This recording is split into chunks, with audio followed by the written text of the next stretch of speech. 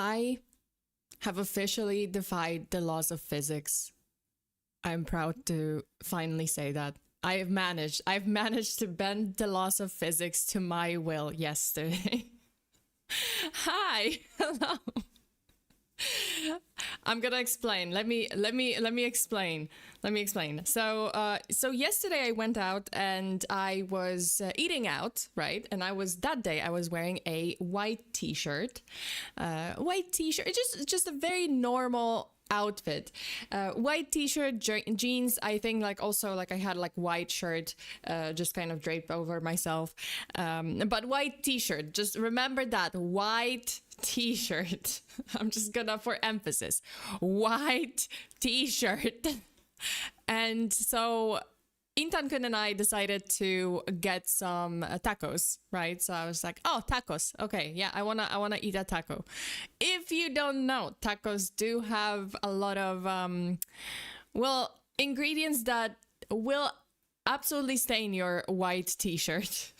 And so I was thinking about it. I was like, I really need to be careful because I'm wearing a white t-shirt. So, you know, I don't want to stay, and I'm outside, which means, and I'm going to be outside for a while, which means, okay, I can't just splash everything on myself. Wait. White t-shirt? Yes, white t-shirt. I know this might come as a shock. Oh, shit. Just face planted. Thank you, Fabian. But yes, white t-shirt might come as a shock because I usually wear my happy colors, which is a happy color, which is black. But you know, I decided, okay, I'm gonna eat a taco. This is an excellent idea. And I was thinking about it. I was just like, nope. Today is the day. I'm not gonna splash anything on myself. This will be, you know, this will be the day. I'm not gonna splash anything on my white t-shirt because usually it ends with me, like whenever I wear white, anything white, it's just gonna be by the end of the day, it's just gonna it's gonna be splashed. Like there's gonna be something on it. And so I'm eating that taco. I'm like super fucking careful all the time. Like I'm careful every step of the way, super careful. Okay, let's establish that I was super careful. I was like, you know, I need this. I need to like, I was like, please be careful eating this taco. And so I ate the taco and I looked at myself and I was like, oh my god. I've managed to not splash anything on my t-shirt. Well, sometime later, as it turns out, things were not as it seemed. So I examined myself, you know, like, yes, my t-shirt is completely clean. It's all good, right? Well, it wasn't what it seemed because I stood up and oh shit. Hi. Hello. Right t-shirt. Wait, did I fail the test? Yes, you failed the test. But so I stand up and I'm walking away, right? Like we're already walking away. And so I walk in front of Intan-kun, right?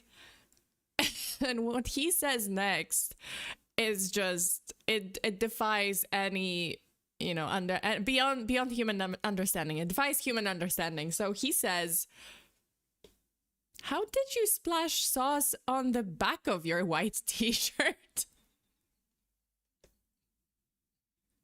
I have nothing.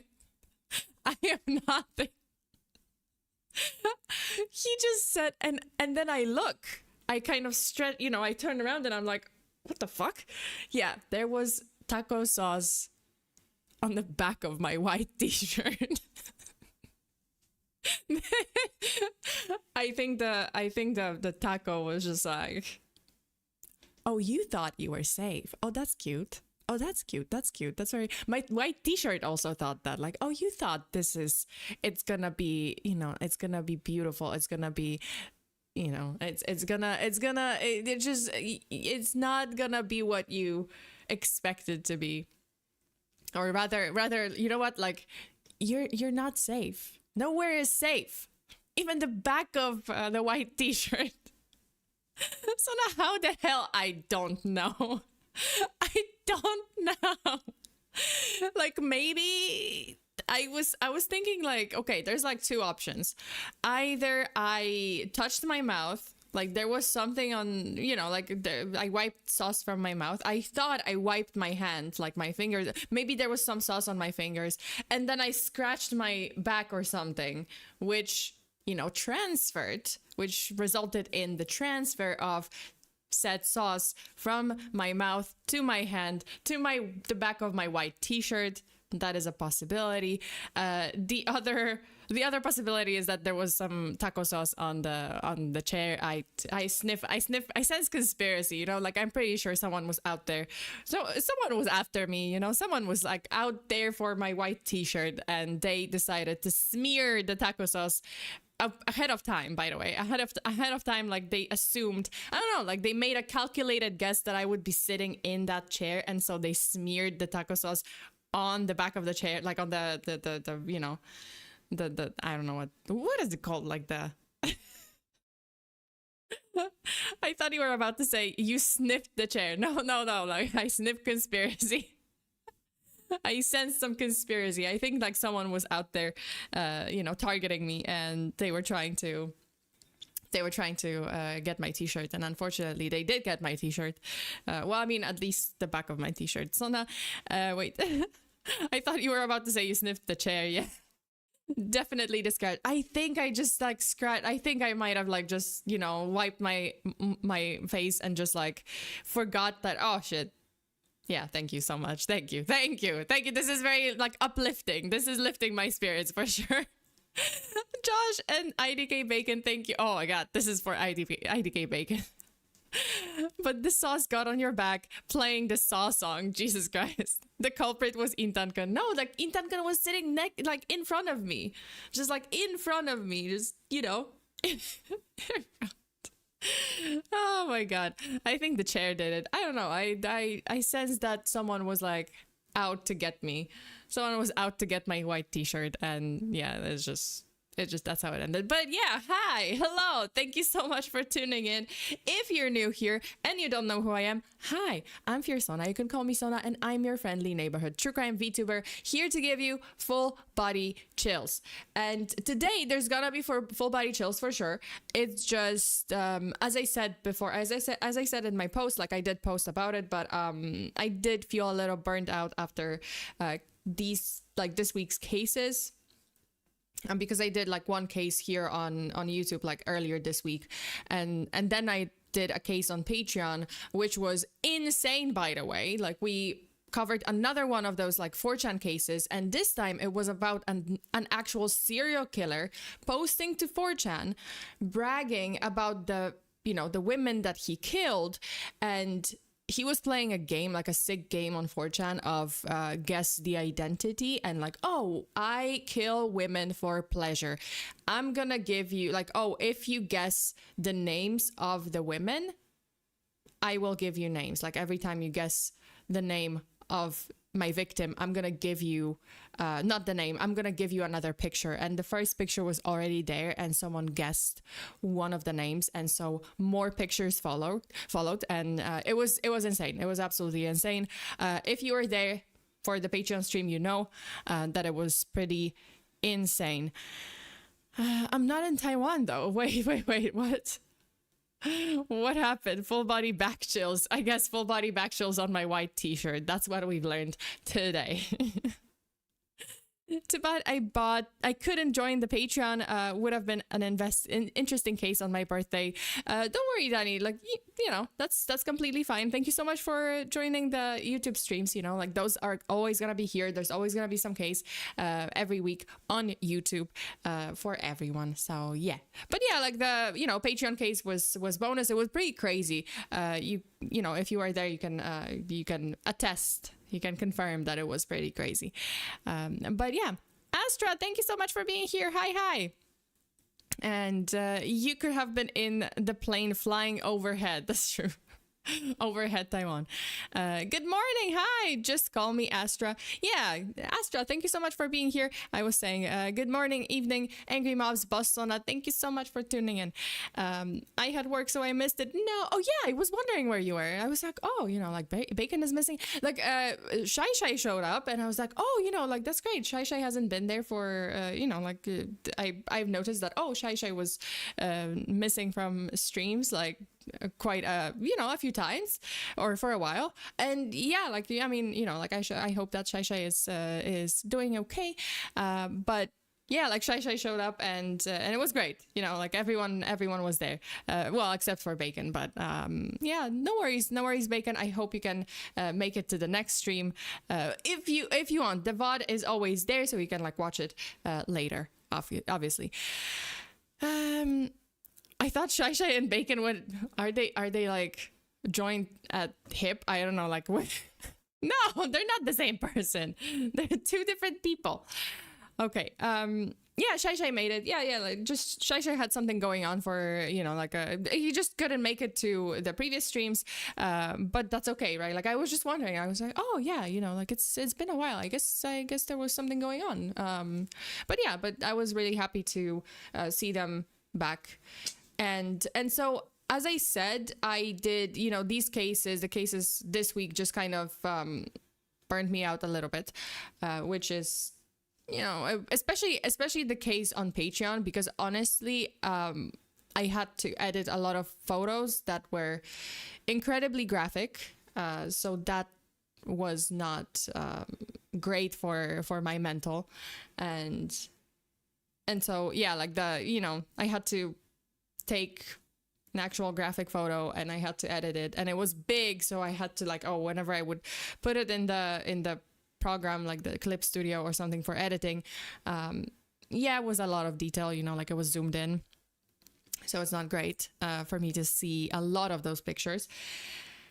And so after that, I was going to work on another case, right? Like I was going to move to the case for today, and it just wasn't working. Like I was just burnt out a little bit. So I've decided, okay, today we're not doing a case. Like I don't have a case prepared. But shit, thanks. Thanks. That's very nice of you guys. Thanks. I'm here like talking about my burnout, my mental health, and I have to deal with your fuckery. Like, what's going on? No, I'm kidding. This is just a joke, But yeah, you guys are fucking around. But yeah, you know, it's just, yeah, we're not gonna have a full case today. Like I'm not covering a case today, but we're gonna watch a video about, yeah, like it's a true crime video about crimes. Well, I mean, okay, so the video is titled Kids Live Stream Minutes Before Their Death. And I haven't seen the whole thing. I do know some of the cases that are gonna be featured in the video, but I haven't seen the video. Like I haven't seen all of them. So, oh my God, Jesus Christ. No, not all of the functions are on. I don't have all of the functions on, but I have some. I have toss function on, and I have the you know, like the yeet. Well, not yeet function on, but the yeet super chat on. And then the coffee, and then the yeet for membership. And so this is for, wait, okay. I believe this is what happens when you join, this is what happens when you join the, yeah, you can toss the Mothkun, right? Like you can toss Mothkun, but if you join channel membership, you can also like do it. Actually, like, okay. You guys, I'm planning to, because this is the last stream of the week. But I'm planning to, like this week. Oh, just guys. Thanks. Oh, wait. I had Yeet on? Oh, I guess I have Yeet on. Great. Wait. I want to disable the Yeet for text because it's kind of, it's not great to, it's kind of annoying. We have to, oh, okay. It's kind of annoying to have it like so many times, but, and...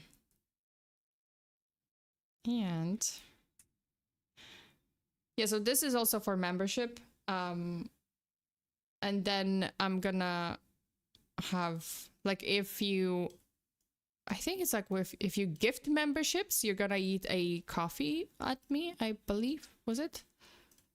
Yeah. Yeah, so like if you gift membership, it's just gonna be like coffee. If you join membership, it's gonna be Mothgun again. And if you do super chat, obviously like it's the eat thingy. I believe. Wait. I believe that's it, right? Oh no, wait. Super chat. Holy shit! What did I disable it accidentally? Damn it! Oh no, this is okay. Super chat. Eh? No, not the message. I don't really want the message. The message. Oh, I think this is fine. Is it? Is that it? No? Eh?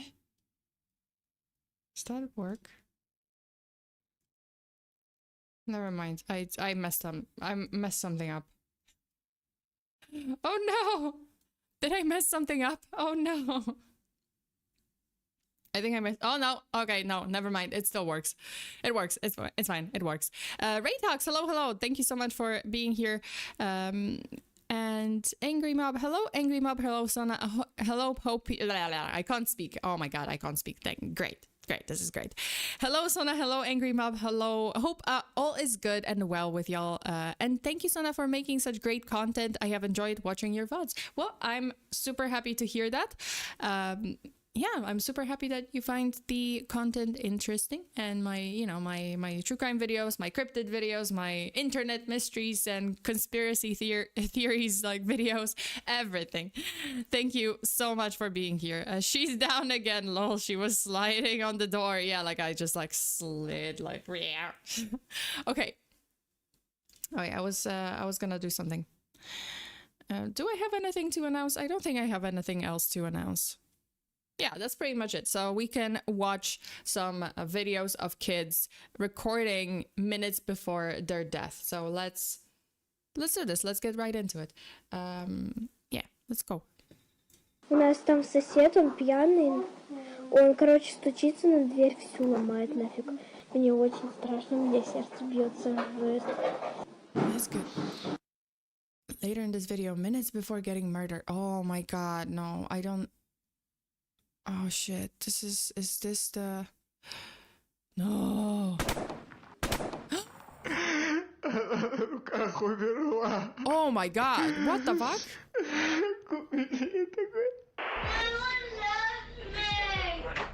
Hours before death.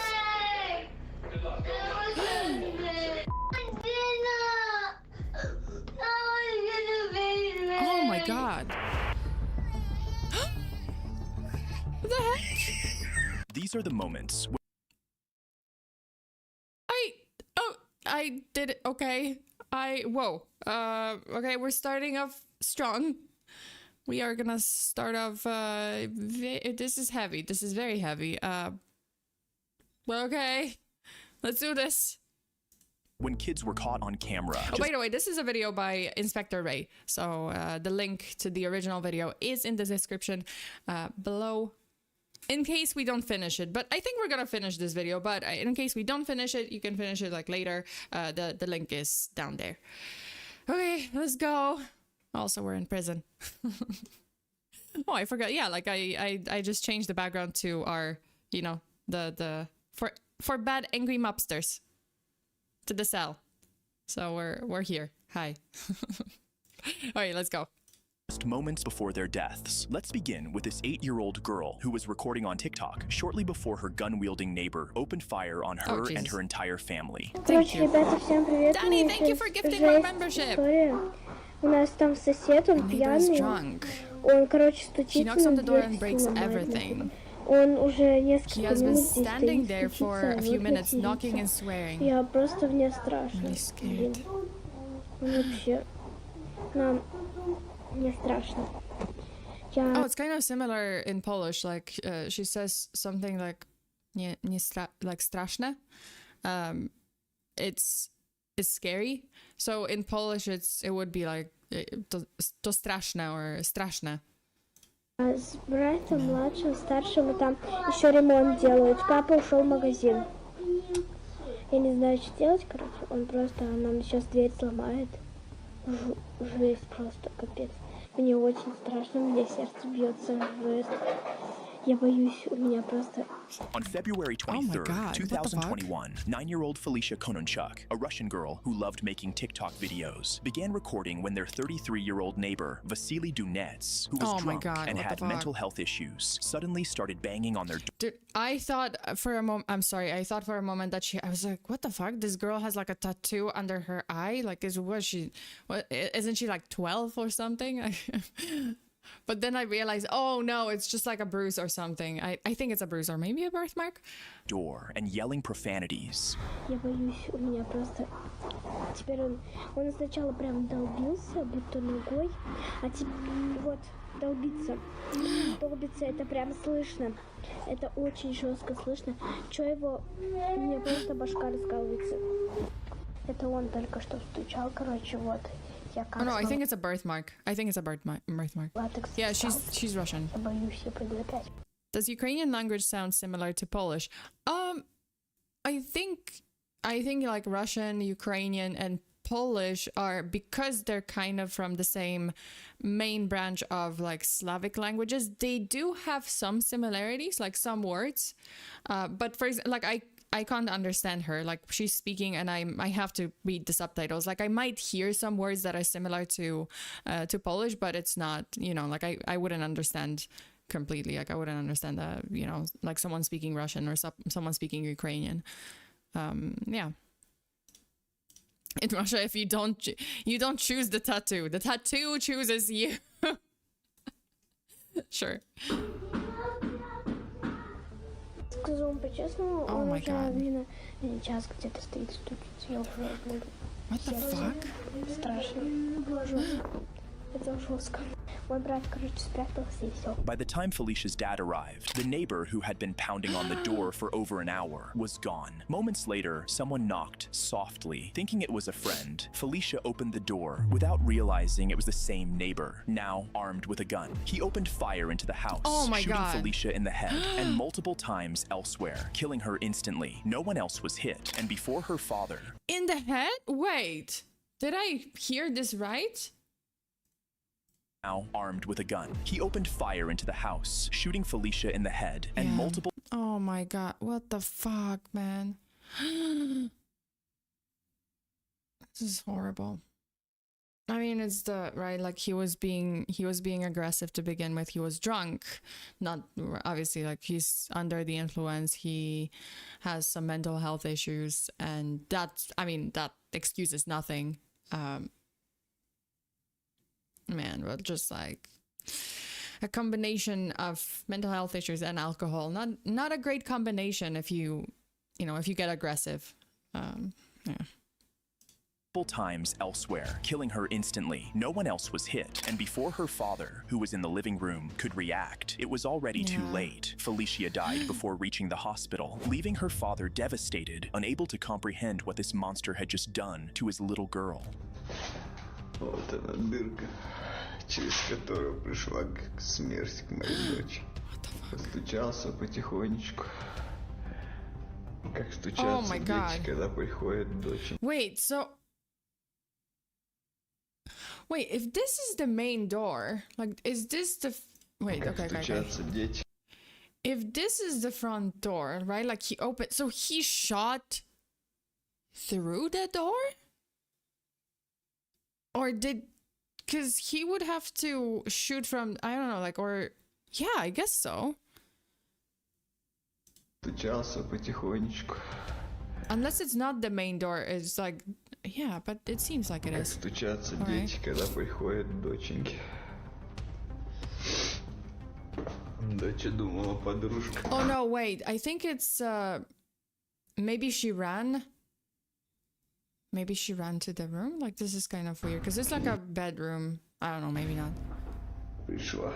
Yeah, it's not the main door. So I think she ran away. Yeah, she ran away. Well, no, like she ran here. And then she probably hid in that room and he just like shot through the door. И побежала навстречу. Oh no, but like До that's суда успела добежать. so Забежала strange. моя Okay, маленькая well, I mean, и упала здесь. Я ее подхватил здесь на руки. 10 минут до приезда врачей ждал ее. Она истекала кровью. oh my god. Я останавливал, затыкал ей. Затыкал рану. Oh my god, what the fuck? Думал, простое ранение. Она на руках умерла. Врачи сказали, несопоставимой жизнью умерла сразу. I don't think it's that's the thing, like I don't think it's the back door. I think it was the front door, but then right, because he walks through the apartment. It's an apartment, so it's not, I don't think it's a house, because it's like an apartment block. I think it's an apartment, maybe,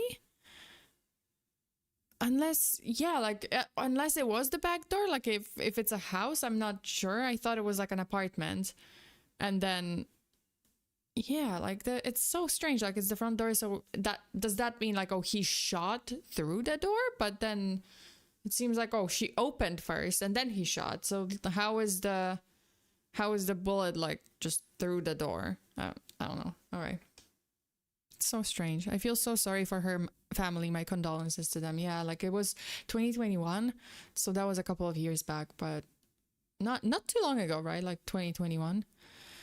He was drunk, so maybe he just like started shooting around. Like he came into the apartment and then he started like shooting around, and then like he shot her on the head, like on the head, and then right, like in the head, and then she started just like shooting everywhere. Right.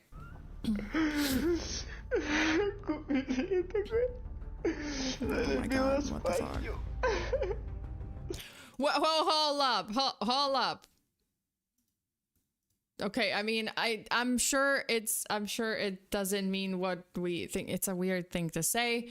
I'm sure. Oh my god, internet destroyed me. Like, you know, see, like I even like when a parent, like a loving parent who was, you know, doesn't mean anything sexual, says like, oh, I love to sleep with her. It's a different. It's a, you know, completely innocent concept. Like sleep next to her. Like, oh, you know. But yeah, immediately I'm sorry. It's just internet destroyed me. I'm just like, my, you know, my little antennas are just like, wait, what? Yeah, that's true. No, I know it's innocent. I know it's like innocent meaning. I'm not sponsored. The neighbor was arrested by Russian police and charged with first-degree murder. He pleaded guilty and was sentenced to 17 years in a Siberian prison. Next, a 14-year-old girl filming a hiking trip with her friend unknown. So this one was actually solved. I wonder if he's gonna mention it. But in this case, the case of the Delphi murders. So that's the Delphi murders. It's I believe Liberty, German, and fuck, I always forget the Libby and Abby. Abigail. Where Delphi murders. Oh, Abigail Williams and Liberty German. Okay, yeah. I always like mix it up. I know that it was like Abby and Libby. Oh my god. Thank you so much. Batsona, bat. Where's the spray bottle? Get your mind out of the damn gutter. What? I didn't do nothing. You pushed me. But yeah, the Delphi murders are the murders of Liberty German and Abigail Williams. And it's this famous video where they are walking on train tracks, right? Like abandoned kind of train tracks, or like defunct, I guess. But old train tracks, right? Like they are walking and you can see a man walking behind them, like in the distance. And he says the infamous line, "Down the hill," right? So that's what was captured on the video. That's the only clip that they released. But then later police said, like recently, because they solved this case, they didn't release the full video, I think, or maybe this is the video. I don't know, but apparently like there was more to the video and there was like more content, like context. So yeah. So for a long time they couldn't find this guy, and then they finally solved it in like 2024. Knowingly captures their killer on camera just moments before he took both their lives.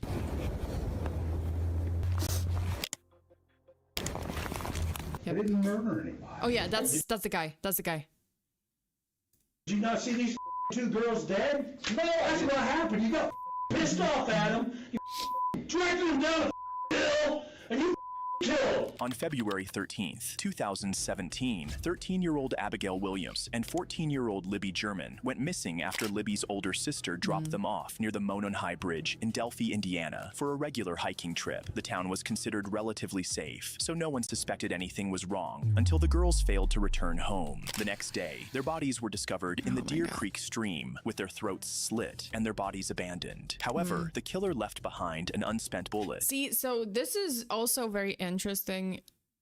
All this time before they actually solved the murder, like all this time, all those years, the police never released the cause of death. Like they would only say like, oh, the girls were dead. The girls were found dead, right? The cause of death was never released, like details never released, like during this time as they were working on the case. And then now we finally know like, oh, their throats were slit, because there were like different conspiracy theories. They were like, oh, the girls were shot, the girls were whatever, right?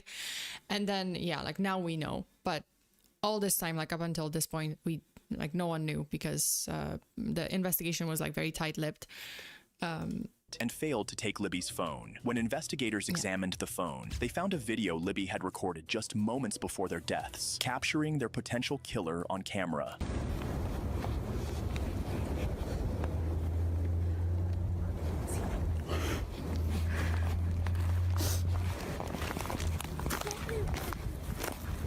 Oh, I think this is the full video. Oh, holy shit. So I've never seen, I have only seen the clip of down the hill, right? Like they never said this. So I think this might be the full clip. Oh my God. The path that we are down. Yeah, I've never seen this. There's no path going there, so we have to go down here.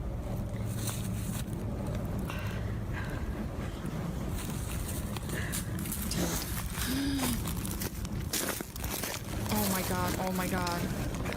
Hi.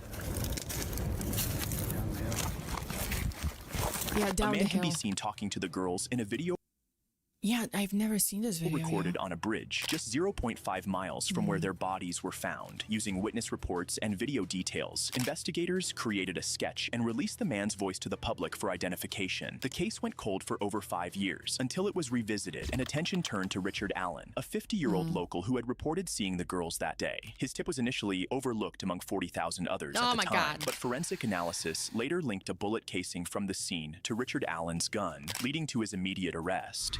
It's all right, babe. I love you. Wow. I think that, I mean, I guess like the wife believes that, he's innocent and this is like, oh, this is a misunderstanding and it's not him. Yeah, it was him. It was him. I didn't murder anybody. I didn't help somebody murder anybody. Were you on the bridge? I told them I was on the bridge. I went out to the first trestle. Oh, okay. That first I thing don't remember you telling me that. How did a bullet from your gun get out there? I don't know, huh? Because they said it came from our gun. Oh my God. I know that's what they believe me. That's what they're telling me. But how did it get there? I don't know. There's two explanations. One is the bullet didn't come from my gun. It did though, honey. The ballistics on it. I get that. Then it didn't come from a murder scene. I don't know what else to say. Do the right thing, Kathy. Tell him to do the right thing. I can see you're getting pissed off. I understand. I am pissed off. Did you not see my wife? Did you not see these two girls dead? No, that's what happened. You got pissed off at them. You dragged them down a hill, and you killed. I'm done talking. Arrest me. It's like, oh yeah, oh, I don't know how my gun got there. I don't know how my bullets got there. Oh no, oh, honey, don't worry.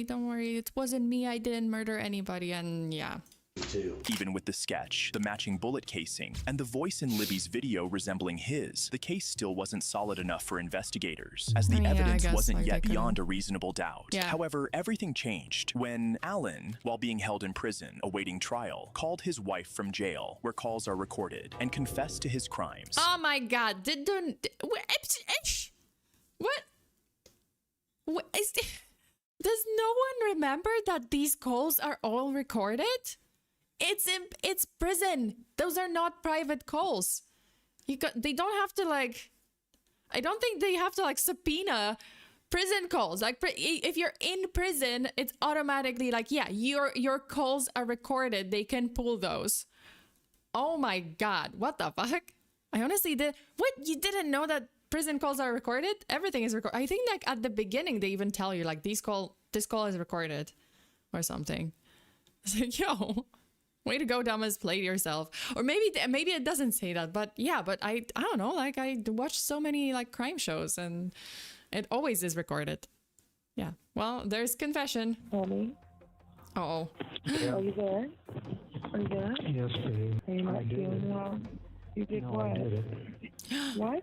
I killed Abby and Libby. No, you didn't.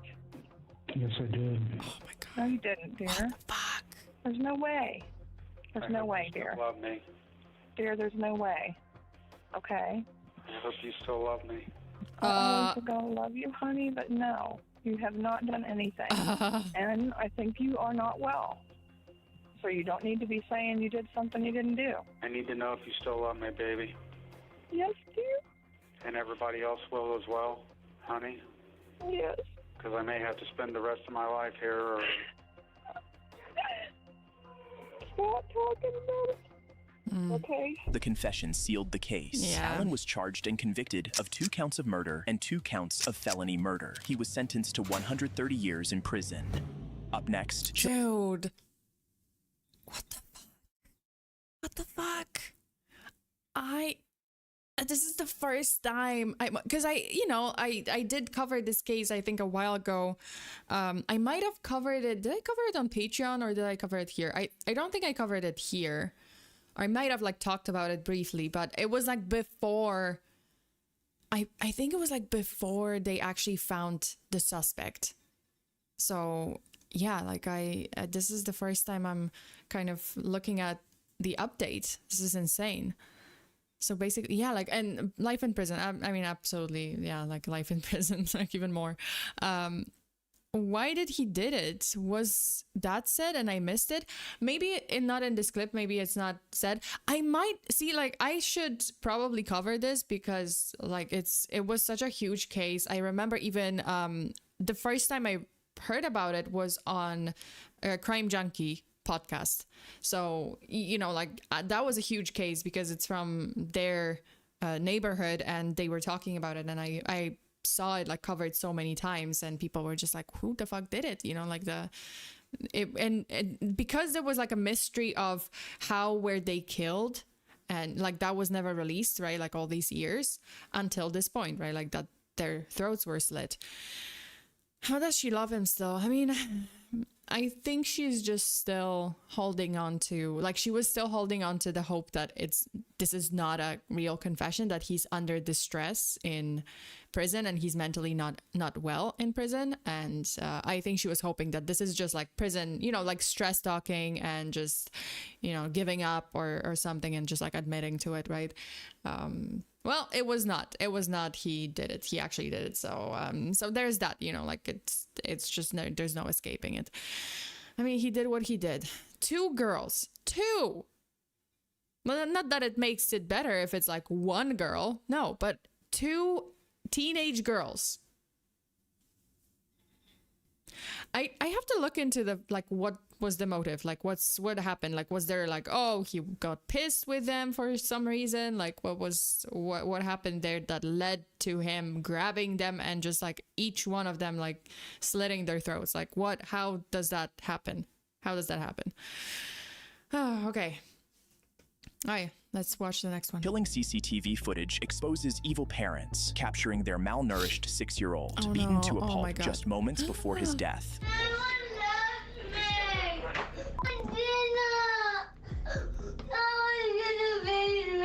Oh my god. Oh, that's the worst. He's just 6. This is a 6-year-old. On June 17th, 2020, Oh my West God. Midlands police in England responded to the home of 32-year-old Emma Tustin and 29-year-old Thomas Hughes after Emma called to report that her 6-year-old stepson, Arthur Labinjo-Hughes, was unconscious following a fall down the stairs where he hit his head on the floor. Ambulance service, is the patient breathing? Barely. Okay, is he breathing right now though, even if he's... Is he breathing, Tom? He keeps taking big dark breaths. Basically, my 6-year-old stepson is fallen, he's banged his head. Okay. And while he was on the floor, he's banged his head another 5 times. Okay. He's lost colour, he's got a... So he tripped and fell and banged his head 5 times. I guess like, oh, because I was down the stairs. Okay. big lump on his head. No way. Is breathing noisy or abnormal? Is it noisy or abnormal? It's barely there, he's barely breathing, he's in and out, he's taking hard. Okay. He's basically been treating us all like, he threw himself on the floor, he's headbutting the floor. I'm trying to pick him up in the process, he's headbutting me in the process. Okay. I've got him up, he was breathing like a little bit better at first. Yeah. Washed him down, put some water down him, tried to obviously get him like, a bit more colour in him, but then obviously I've seen the lump on his head that he's done to himself. Right. Just briefly, what happened? Basically, he'd gone out to get me a birthday card, a cake and stuff for the kids. Arthur was told to sit on the thinking step.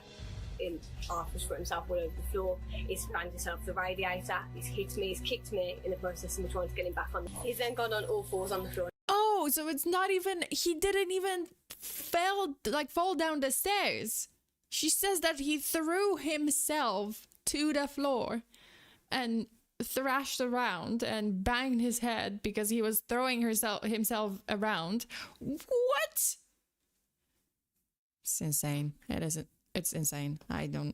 Not for a moment do I believe this. I fell down the stairs, just fell down. And I told him to get up. And I shut She's the door not even for it. All I crying. heard was a crack off the floor.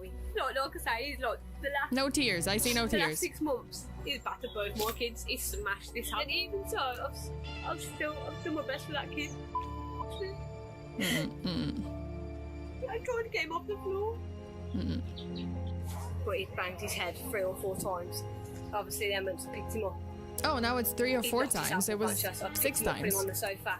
Or 5 water in his times. mouth. So you come in, he's banged his head 3 or 4 times I was here. in the kitchen, then I sat down in the living room and You that's when heard- he threw himself on the floor. And you heard him banging his I heard head. him bang his head. So what did you do? I came out to him and told him to get up. He told me no. So I tried to bear hug him. I put my arms underneath him and pick him up. And he dropped and he banged his head another 3 times off the floor. And as I picked him up, he hit me and he kicked me as I was trying to get him up. Make no mistake, this woman was extremely evil. From the 999 call, she carefully crafted her testimony, portraying her 6-year-old stepson as unstable and violent, and blaming him for his injuries. But when paramedics rushed Arthur to the hospital, doctors found injuries inconsistent with a simple fall. He had severe brain damage, similar to a high-speed car crash victim, Oh my indicating he was God. violently thrown, and his head repeatedly struck. Over 130 bruises covered his body, alongside signs of salt poisoning. This is not signs of poisoning. Oh my god. A specialist kidney consultant told the trial that either he would have had to have consumed at least 6.5 tablespoons of salt on the day he died, or he was deliberately poisoned with heavily salt-laden food and water over a long period of time. Oh my god. A post-mortem examination revealed that he had more than 100 marks and bruises on his head, body, and limbs, which were inflicted at different stages. Prolonged starvation, This is dehydration, and horrible. untreated This is just horrible. fractures, evidence of long-term maltreatment. The final blow came when CCTV footage from inside the home captured clear instances of maltreatment, including one just hours before Arthur died.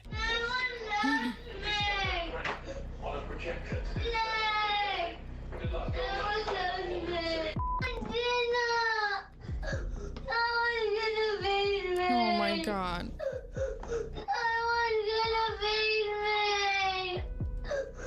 Oh my god, what the fuck?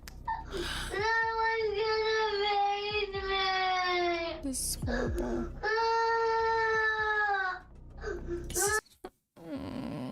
dude, like I can't. This is horrible. Like I have a 6-year-old niece, I guess 7 now, but man, like she's so innocent. Like I can't imagine. Like this is, it's like looking at my niece and, well, no, like my niece is not being abused.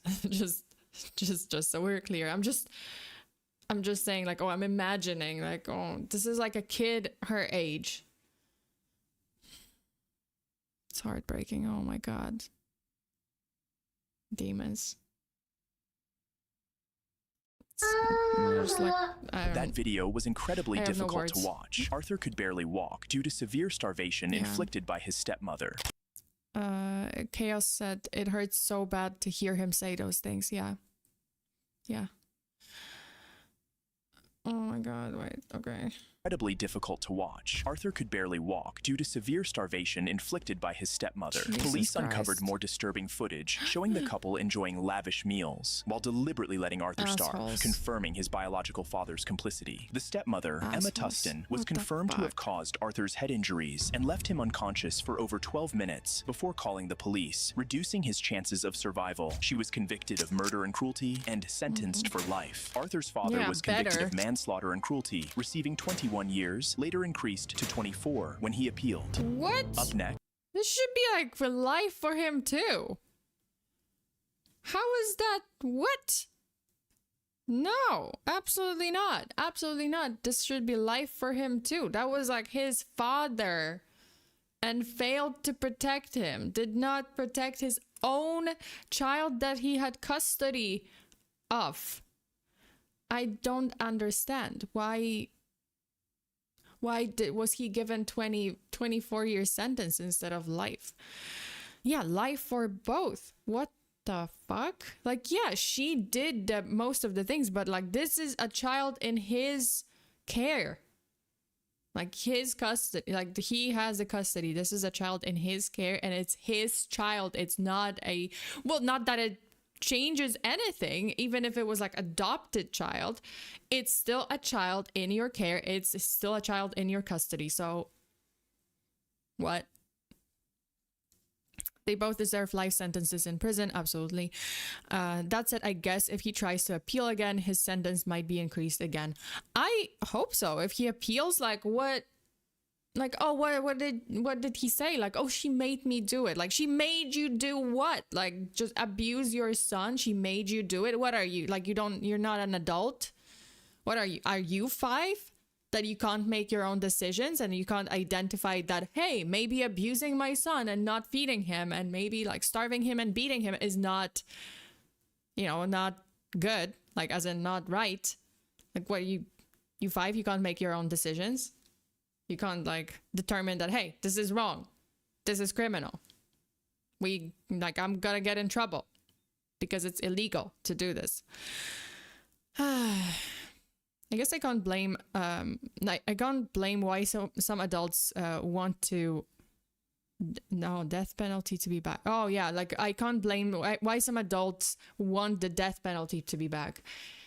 I mean, you see these kind of cases. You see this and it's very hard. It's very incredibly hard to not have this thought like, oh, they deserve to die.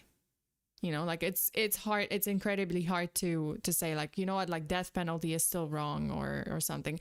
I would say like I'm on the fence when it comes to death penalty. I always say that like I am like, because there's been cases of, the death sentence being handed over to people who didn't do what they were accused of. And some of those sentences were like, executed.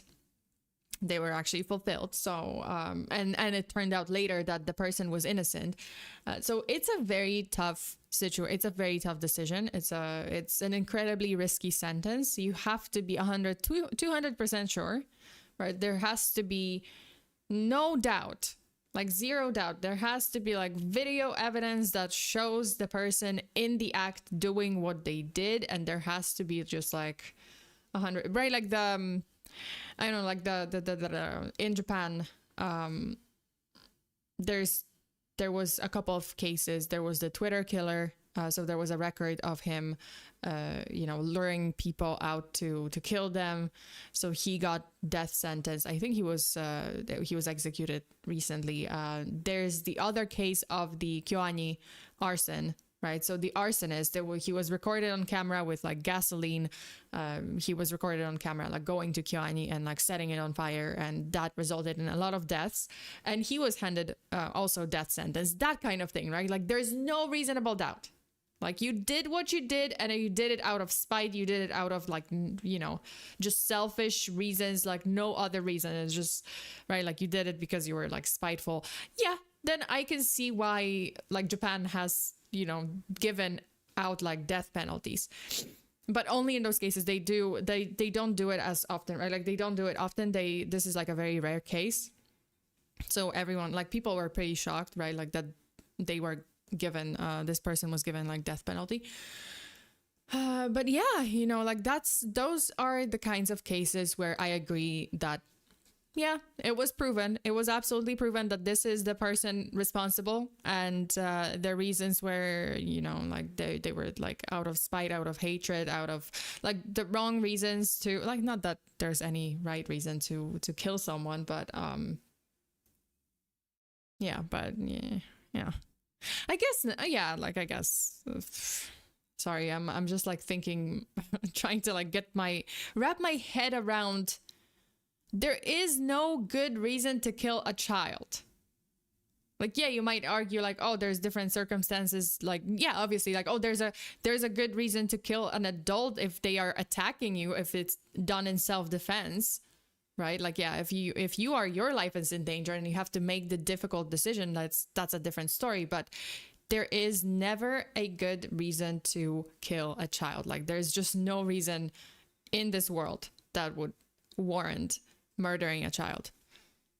Okay, unless the child is a demon. I don't know. Like they are Satan. I guess that would be a good reason. Like, okay, this child is Satan, and it's proven beyond reasonable doubt that this child is Satan incarnate. And yeah, you have to murder them because they are literally Satan. No problem, Sona. I won't be surprised if there are law officials that advocate death penalty but won't care if the person is innocent or not. Yeah, absolutely. Like that's why death penalty is such a difficult topic, and it's discussed widely, and a lot of people are rejecting it. Like under any, like there's like, oh no, there's a lot of people against, like hard against death penalty, and I understand, like it's a very difficult it's a very complicated sentence to give out. It's a very risky sentence, and because like it really needs undeniable evidence. So now you've done 5 videos on child psychopaths. Okay, but I think that they should be given death sentence? No, actually, like I still don't think that the child psychopaths, like I think that they should be locked up, absolutely, like for life. But because they're children, because they are still like children, minors, I don't think that they should be given a death sentence. I don't think that's right. Life sentence, absolutely. Like if they did what they did, and it was proven that they did, life sentence or lengthy sentence and care because they have, this is very disturbed individual. If it was an adult, yeah, that's a different story. If it's proven beyond reasonable doubt and they are, the reasons are very like sinister, then yeah. So now there's teens out there in the States carjacking people at gunpoint. I'm gonna have to beg to differ.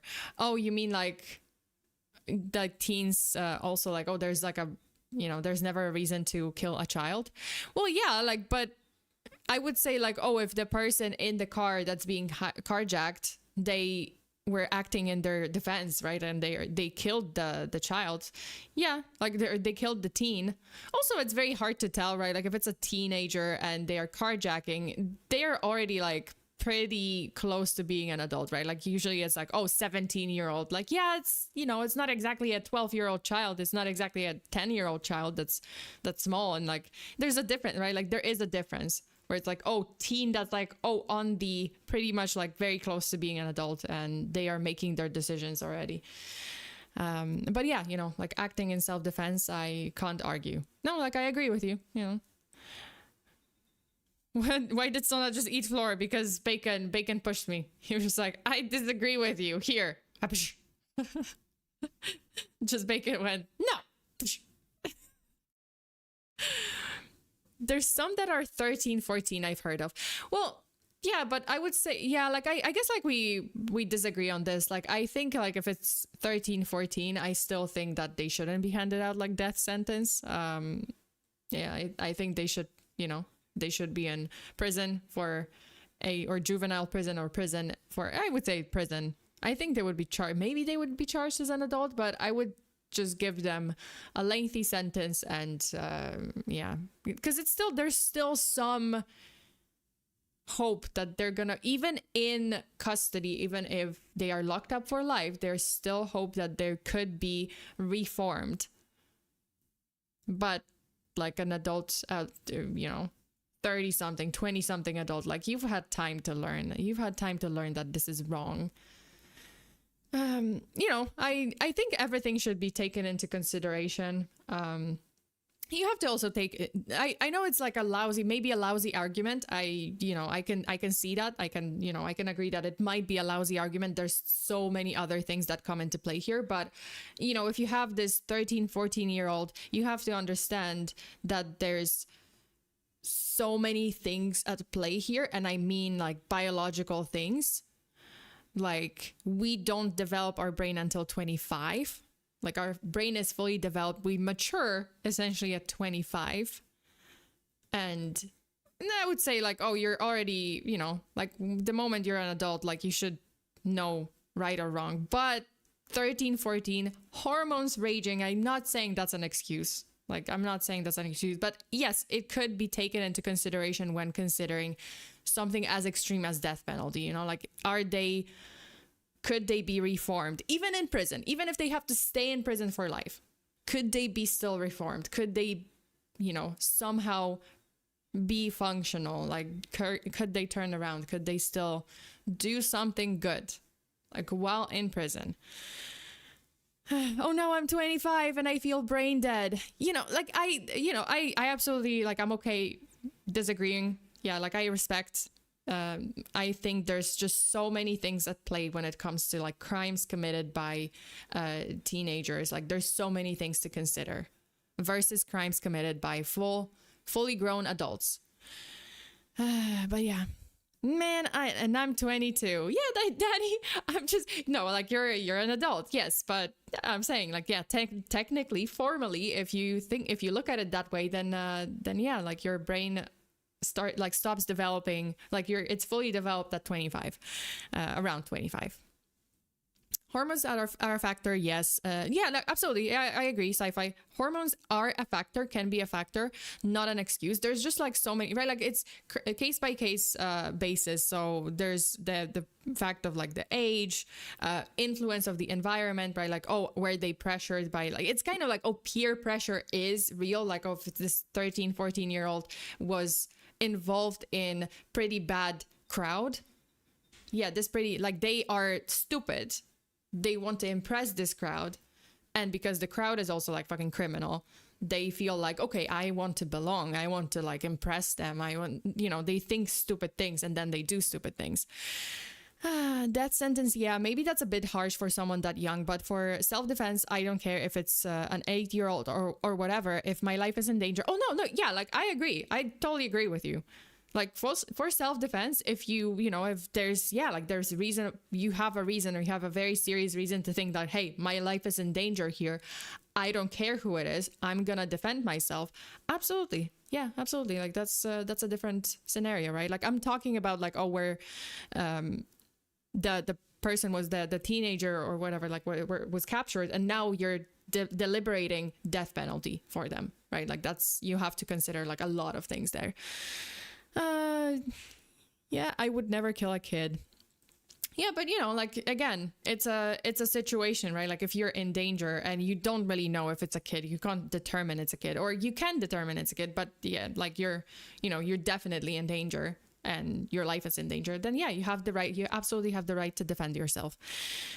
One way to put it, Fabian, sometimes belonging doesn't mean playing hug the knife. Oh yeah, I mean, yeah. Oh, okay. I must have. Yeah.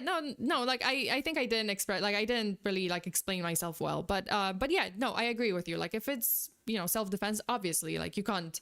Yeah, you're defending yourself. You don't want to lose your life, so you have the right to defend yourself. And the outcome, well, it's gonna be what it's gonna be. Okay. Yeah. So anyway, let's go to the next video.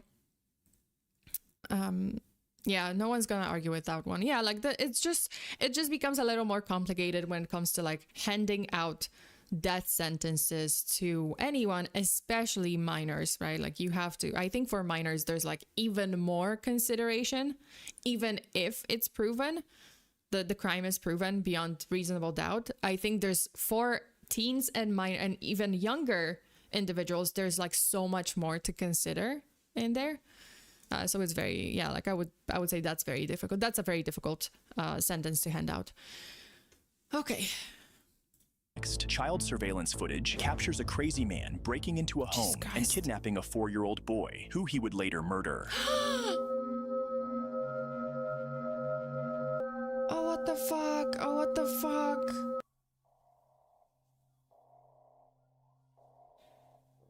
On May 16, 2021, Dallas police responded after a jogger discovered the body of 4-year-old Cash German, stabbed and abandoned by the roadside. Cash and his twin, Carter, had been staying at their father's girlfriend's home since their father fled after missing a court date. When officers reviewed the excuse me?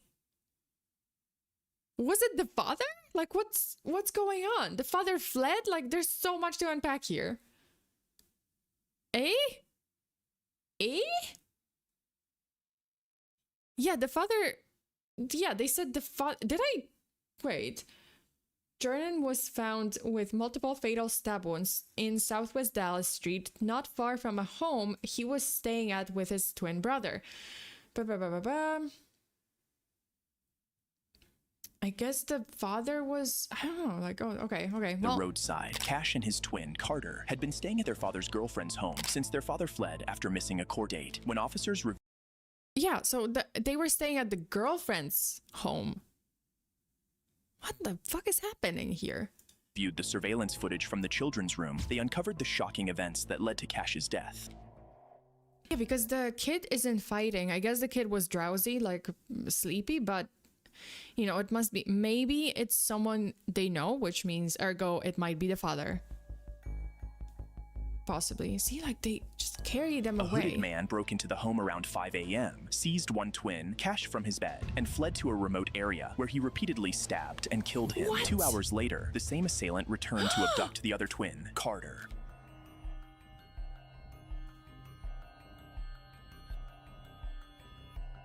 Oh no, okay, it's not the father. It doesn't seem... Wait, is this... Because I was like, the first video he had a mask on, but now he's... For reasons unknown, he chose not to abduct the other twin. God. The suspect was soon identified him as 18-year-old Darian Brown, a neighborhood troublemaker. Brown had been reported to police multiple times for prowling, attempted car break-ins, home invasion, assault, and even kidnapping a man's 2-year-old granddaughter, who was recovered. Despite these incidents, no action had been taken against him. Brown was later arrested and charged with capital murder, kidnapping, and burglary. He was declared incompetent to stand trial, but was found competent. His trial has not yet begun. Up next, a kid trapped... What the fuck? This is so crazy. What just happened? What just happened? I don't get it. I don't get it. They did say it was a crazy guy. Yeah, like it's just insanely crazy. Like, what is going on? Like, why did he... Man, like how insane do you have to be to just like break in for the sole purpose of kidnapping a 4-year-old child and stabbing them? Like, I don't know, like, okay, usually like those kidnappings and like, oh, I don't know, like there's a ransom, there's some reason. And then this one just like, oh, didn't want ransom, didn't want anything. He just literally wanted to stab the child. Yeah, it's not the dad. No, it's not the dad. It's like a random, just a random guy. What? I am so confused. Oh, look at that. I'm like from, wait, can I look at you guys? Wait, oh, okay. Wait,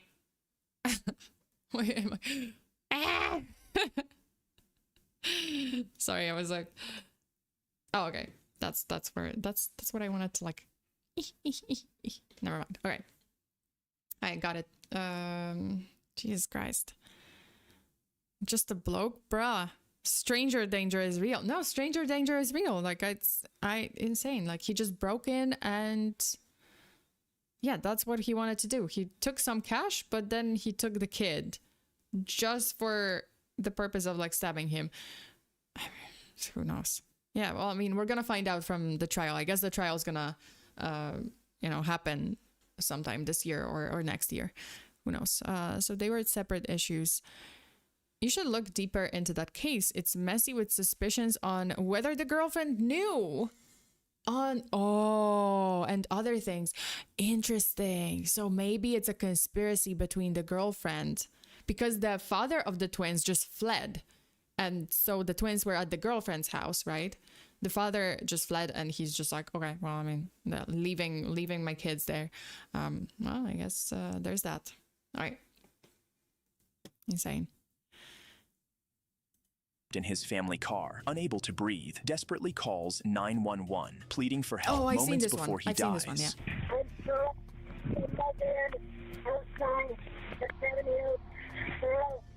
I need help. Probably don't have much time left to tell my mom that I love her if I die. On April 10th, 2018, 16-year-old Kyle Plush immediately dialed 911 after a folding third-row seat in a 2004 Honda Odyssey suddenly trapped him, crushing his chest, leaving him unable to breathe and in critical condition. Help! Cincinnati 911. This is the address of the emergency. Person left. Help! Help! Cincinnati 911. I'm stuck in my bed outside the 7 Hills parking lot. The 7 Hills what parking lot? Help! I need help. Where are you? Hello? I'm gonna die here. Where are you? I probably don't have much time left to tell my mom that I love her if I die. Jesus Christ. This is not a joke. Oh my God. This is not a joke. I'm trapped inside my gold Honda Odyssey van in the Southwood parking lot of 7 Hills, Hillsdale. Immediately. I'm almost dead. Kyle was trapped in a deadly mechanical accident God, while retrieving his tennis fuck? equipment from his family's 2004 Honda Odyssey. He repeatedly used Siri to call 911, but dispatchers treated his pleas as low priority, causing a massive delay. 6 hours after his first emergency 6 call, hours. Kyle's father found his body in the school parking. Yeah, so I remember. So what happened was that he was stuck, right? Like the 911 dispatcher was kind of not treating his case as serious. I think he just took it like she thought like, oh, this is a prank, this is a joke, and he doesn't sound like, oh, that urgent. But she did send officers, right? Like, so officers arrive and they walk around the parking lot and at first, they don't even find the car. Then they just kind of walk around the car. I think they didn't find the car or something, like for some reason. Or they found the car and they didn't even bother to look behind, like in the back or something. Like it was just like a misinformation that the kid was supposed, like, I think they didn't get the right car or something. And then they walked away and yeah. And then the kid died. They just drove around and they were like, oh, we don't see the car. This is a prank. We see nothing. This is a prank. Yeah. Because they didn't bother to actually like walk around the parking lot and look at the cars and look, in the back. They didn't bother doing that. So they just kind of like drove around and they were just like, oh, this is a prank. We don't see anyone. We see the gold Honda Odyssey, but we don't see anyone and around it. So this must be a prank. We're going to drive away.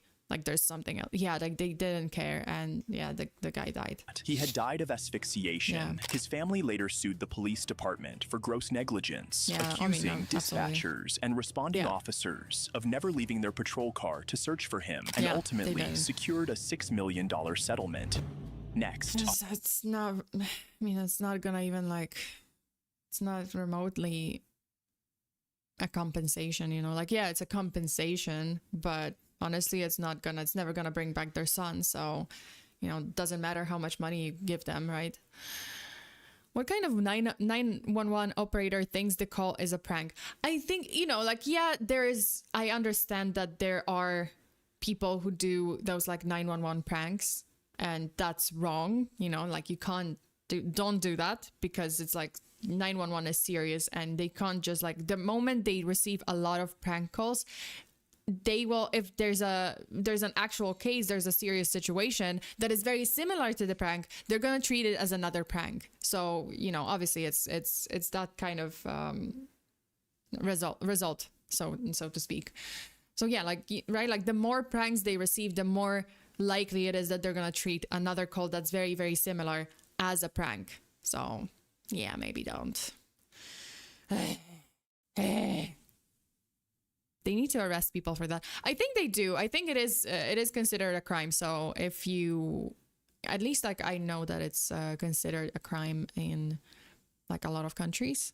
I would say like it is considered a crime, right? Like it's illegal to prank, to waste 911 dispatchers like time, right? Like it's illegal. A heartbroken father murders his 3 children on a Facebook live stream after his girlfriend dumped him for another man. It's so funny. Look at my son right here. I just told him I'm finna kill his ass. You hear me? Look me in my eyes. What? Excuse me? It's so funny. Look at my... It's so funny. Look at my son right here. I just told him I'm gonna kill his ass. You hear me? My son right here. I just told him I'm finna kill his ass. You hear me? Look me in my eyes and break my heart, nigga. On August 6th, 2022, 30-year-old father of 3, Francois Littlejohn, went live on Facebook from his car in Oklahoma City, brandishing a firearm and threatening to shoot his terrified 3, 4, and 6-year-old children before offing himself, all because his girlfriend had left him for another man. It's so funny. Look at my son right here. I just told him I'm finna kill his ass. You hear me? That's fucking fucked up, cuz, on my soul, nigga. But see, everybody think I'm joking, right? I'm playing, right? Everybody think I'm fucking playing, right? Right, okay. This gonna be the last time. This be the last video I make, nigga. God rest my soul. Oh my God. Ovia Foreman, you are responsible for your part in this too. You chose to be a destroyer, right? It's okay, fine. You hold this. Take this with you. Oh my Tater, God. Wow, nigga. After everything I gave you, cuz. After everything, all I wanted was a conversation, nigga. I told you, nigga. All you had to do was talk to me, nigga. All I wanted was conversation. That's it. I wanted you to be woman enough to look me in my fucking eyes, nigga. After 13 years of my life, nigga, I'm giving to you. Nigga, and cut me loose. Look me in my face and break me loose, nigga. Look, break my heart. Look me in my eyes and break my heart, nigga. Jesus, but you couldn't do it. Don't do this to your kids. You couldn't do it. You wanna go lay up with niggas and get fucked and nigga, whatever the case. You're slick, my nigga. You lied, my nigga. You're a habitual cheater, my nigga. And you have given yourself to men. You have given me STD behind this shit. Like, I'm not paranoid, cuz. You hear me? You fucked other niggas recklessly. I forgave you for it. Oh my God. You won't even come home, baby. You won't even come home like I'm a sucker. So Jesus, watch this game. This is so hard to watch. Oh no. What the fuck is happening? What's going on? Oh my God. He looks like he planned it in the... oh wait, because he was calm in the beginning. Yeah, like later, I don't know, like he kind of escalates. Fear no lie, this has been the most horrific stream by long shot. I know. This is so okay. I mean, yeah, like I agree. It's very hard to watch. I'm scared. I'm scared of this more than I'm scared watching the like scary ghost videos. Holy shit. This is okay. Taylor, watch this. Yeah. And carry this torch, baby. And no, I gave you a choice and you chose this. Oh, you're so scared, right? Okay. Okay. Tragically, Littlejohn followed through on his threats, fatally shooting his 3 children. The tragedy might have been prevented, but police arrived just minutes too late to stop Littlejohn from doing the unthinkable. Thank you for watching. Oh my God, what the fuck? What's going on? What's going on right now? Why? What is going on? Okay, another video. I think we might watch it. I might try to watch it. So there's like 2 more that I wanted to watch, like recent. One is recordings of before victims went missing. That's one. And then the other one is when serial killers live stream their victims. Fuck this, man. Fuck that. That was, oh my God. And there's another one when kids filmed their murders. I don't know if I can handle it, but let's watch one more. Let's watch one more video. Apologies for all my profanities. This stream is really getting to me. No, like it's okay. It's okay. I understand because I'm cussing a lot too. Because why? What is going on? This has been an unexpected. It's not over. It's not over. We still keep going. An unexpected, an extra damaging stream today calls for an extra Cocoa Day. Damn this heat wave. I need some comfort. Absolutely. Grab yourself a hot beverage too, and a blanket to just like shield yourself from this. Oh my God. Okay, I'm gonna. Let's watch the when serial killers live stream their victims. Or I can save that for later. You know what? Let's watch recordings before victims went missing. Yeah, recordings before victims went missing. Holy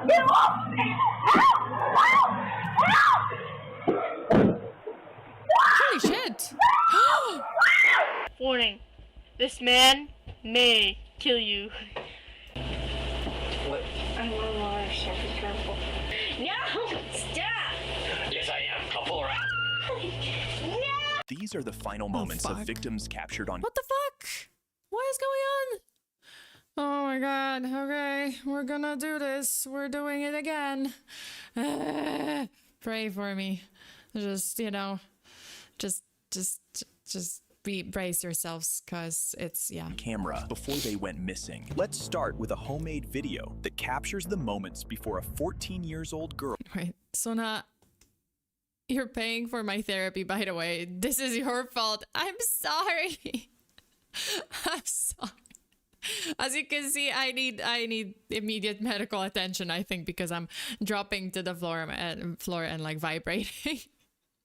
Just shaking violently. Okay. Girl went missing. On October 12th, 2011, 14-year-old Cheyenne went missing, leaving behind a note telling her parents not to worry. Mom and Dad, you haven't done nothing, I guess nothing wrong, but by the time you get this letter, I will be gone. Don't worry about me. I will always love you. You won't find me because I don't want to be found. So at least I say goodbye. That she loved them and that they shouldn't look for her because she didn't want to be found. With no other leads, officers closed the case as a missing person matter. However, in early 2013, homemade videos Cheyenne had recorded resurfaced, casting suspicion on her stepfather. That's that creepy guy that lives downstairs. That's the creepy guy that lives downstairs. Oh, I mean my stepdad, Terry. Oh, I mean, my stepdad, Terry. You know, I'm really bored. I wonder if I got anything to do. Oh, man. I know what I can do.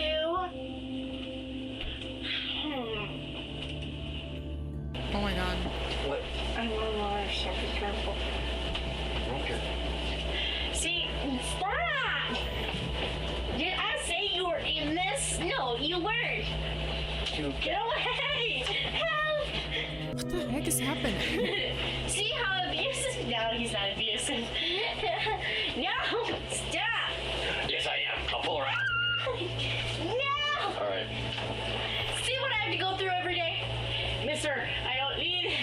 Stop! Oh my God, oh my God, oh my God, what the fuck, what the fuck? That was fun. I'm back, ladies and gentlemen. What the double hockey stick?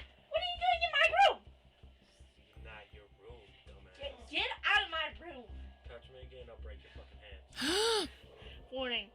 This man may kill you.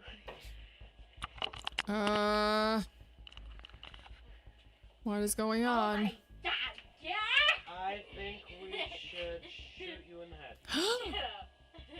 Screw up. No. Detectives brought Abbas in for questioning. After lengthy and intense interrogations, detectives finally broke him down, and he confessed.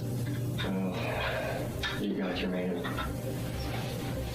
What the fuck? You got Tyrion's. Cheyenne is not what it should start. Before I knew it, I was sitting on her body. Oh my God. I remember my head was over her neck for some reason. Just over her neck and doing what? Squeezing, I guess. But my life is over. It's been over for a long time. Oh my God. I have a What the taste fuck? reality. We'll work through all that. Abbas confessed to sexually assaulting his stepdaughter, Cheyenne, for years. When she threatened to tell her mother, he lured her outside at night, strangled her. Okay, this is gonna like sound very like, I don't know, like maybe fucked up, but I saw the first video and I like their interaction. Like I didn't want to like assume, but I didn't want to assume, but I saw the first video and immediately I got the weird, like the weird vibe. I was just thinking, them interacting like this, it just seemed right. My first thought was just something is going on. Like this is not, I don't know, it just didn't seem normal. And yeah, I was right. My gut feeling was right. That escalated quickly. I honestly did not think it would have after seeing the footage begin. It was weird, sure, but looked like playful bantering, to be honest. Yeah, like it did. That's why I was not saying anything, because I thought like, okay, maybe I'm imagining things. Maybe my hunch is wrong and it's just playful bantering. But then I was in the back of my head, I was just like, that's not, I don't interact like this with my parent. And like, yeah, it's just, or maybe it was just me. Like just so many cases, so many stories like this, and I immediately jumped to the, I mean, I was right here, because I was right in this case, because that's exactly what happened. But my gut is just radar. It just tells me everything. Yeah, it's just right so many times. Yeah, something was off, right? Like it's not like, oh, for sure that's what's happening. But when we saw this interaction, right? Like you guys probably felt kind of weirded out, right? Like I felt like, oh, it's kind of, I mean, maybe it's playful bantering, but it's not, like it's very strange for me to interact like this with my parent or with my step parent or something. It's like, I don't know, that's kind of strange. Okay. And buried her in a 5-foot grave he dug less than 100 yards from their home, where police later found her remains. He also admitted tricking Cheyenne into writing the farewell note discovered after her disappearance, claiming he told her to write it as a prank on her mother, but kept it to mislead investigators. Abbas was convicted of first-degree murder and sentenced to life in prison. Next up, a chilling call recording captured the final moments before a woman who had accepted a free ride from a stranger went missing. Yo, where are we going? You better not take me anywhere I don't want to go. Oh my God. I want to go into the city. Jeez. This was the last time anyone ever heard from 20-year-old Amber Tuccaro. On August 18th, 2010, Amber, who had traveled to Edmonton, Canada for a short vacation with a friend and her 14-month-old son, accepted a ride from an unknown man. When she didn't return that night, her friend reported... No! Oh my God. What was she do? Why? I mean, hitchhiking is just so dangerous. Like, I did it myself, and now that I think about it, what was I doing? I could have been murdered. But yeah, like I did hitchhike as, I think, in my early 20s. Yet another reason that proves, you know, another evidence, another piece of evidence, another proof that, yeah, when you're like 20 years old, 21... sometimes you're fucking stupid. I'm sorry. I know some of you guys might be 20, 21. I'm sorry, but let's face it, at that age, we sometimes make stupid decisions. But yeah, I did hitchhike. I'm gonna tell you, real story, true story. When I was like 21, I believe it was like 2021, or maybe was I 1920? I might have been 1920. So I did hitchhike with my friend. Like, so my friend and I, the two of us, two girls, 19-year-olds. We went to like just vacation, like on a trip to Polish, like Baltic Sea, right? Like the northern Poland. And then we stupidly decided, hey, let's hitchhike. Let's hitchhike home all the way from north to the southern Poland. So we decided to hitchhike, just two teenage girls, which is the worst possible. I don't know, like now that I think about it, I was just like, what was I thinking? Was I crazy? Did I want to get murdered? Yeah, we hitchhiked and we did get home. We got home. I mean, obviously, I'm safe. My friend is safe. And the first ride that we caught was with two grown men. Not that I'm saying, because they ended up being very super nice. You know, we had fun. We had like, we listened to some old music. They were like super chill, and they got us pretty far. Like they got us to like this nearest like city, which was like, yeah, like it was pretty far. Like I think we rode like 4 hours with them or something. And they ended up being like super chill dudes. And it was fine. But yeah, now that I think about it, if you think about like, let's just set aside the fact that they were good people. They were just chill dudes. Just listen to this scenario. Two 19-year-old girls hitch a ride with two like middle-aged men. I think they were like might have been like 40s or 50s. No, wait, not 50s. No, I think they were, okay, not middle-aged men. I think they were like in their 30s, honestly. Like I'm probably like imagining like older guys, but yeah, they were probably like in their 30s-ish.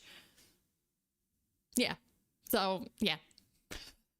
If you listen to, right, like if you listen to this scenario without any other context, you're like, are you insane? You know, yeah, like, sure, it's like not everyone is a fucking serial killer, right? Like, you can't assume that all men are evil. But in this scenario, like, yeah, maybe, yeah, like, it's, don't trust strangers because they're strangers. Sona, I would risk a Ouija board. No, I wouldn't risk a Ouija board, Sona. Free ride? Yeah. Yes, 30s are old. Hey, 30s are not old. Like young adults. But, you know, like to a 19-year-old me, I think my mind is like, my mind was just like, oh yeah, like they're older guys.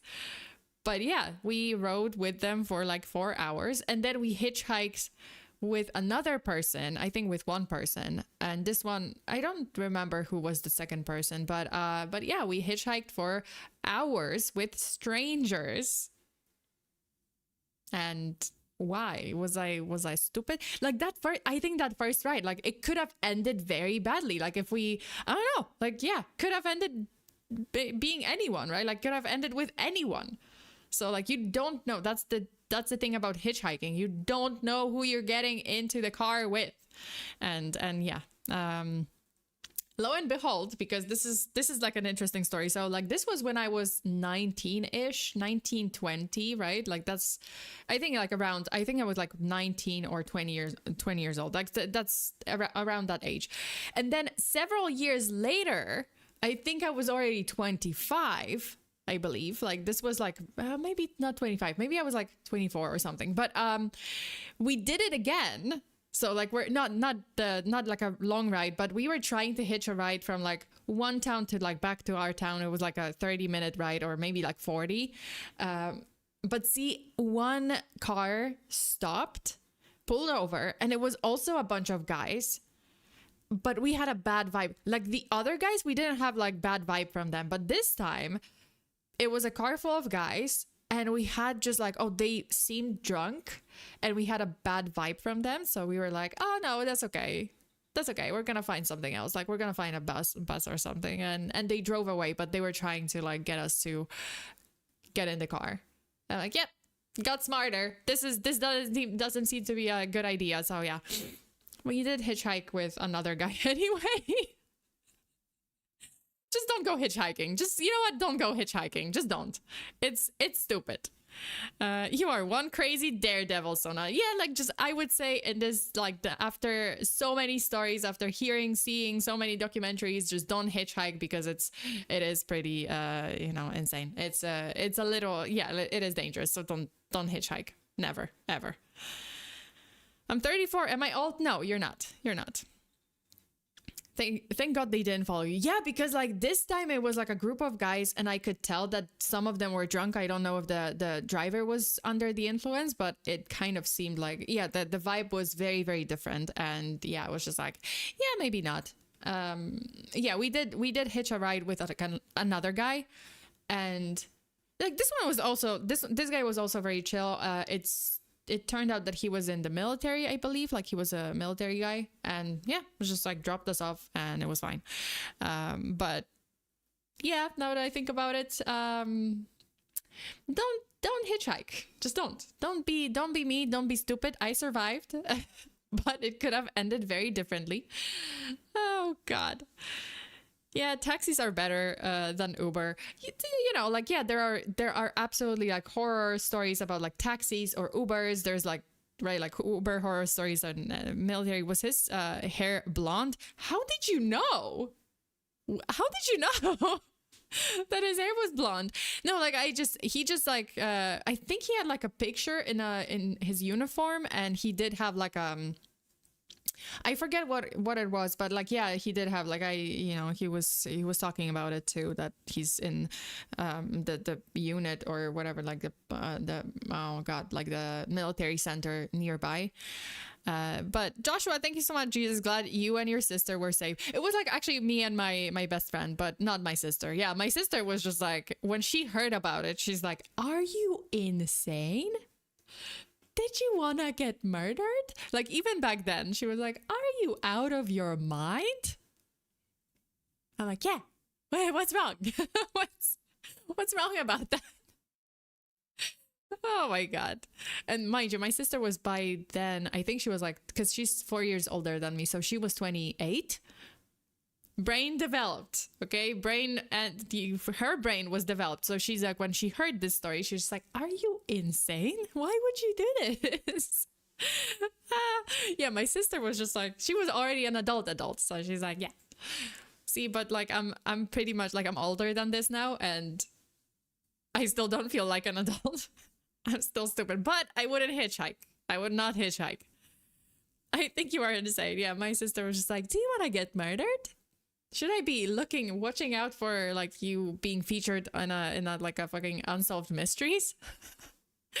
Wait, isn't that the start of the Human Centipede movie? Jesus Christ. Yeah, Human Centipede, the most fucked up horror movie ever. Okay, let's keep watching. Missing for 2 years. There were no leads until a chilling phone call recording of Amber's voice, captured in the stranger's car, was recovered and released by police. Where are we by? We're just Is she drunk? Beaumont, or north of Beaumont. We're heading north of Beaumont. I'm pretty sure she's Yo, where drunk. are we going? A little bit. No, this is Are you f***ing kidding me? You better not be taking me anywhere I don't want to go. I want to go into the city. Jeez. Yo, we're not going into the city, are we? No, we're not. Then where the f*** these roads going to? 50th Street. 50th Street. Are you sure? Absolutely. Yo, where are we GPS. going? 50th Street. 50th Street. Yeah, she is drunk. She sounds drunk, yeah. Right? Over town. Travel.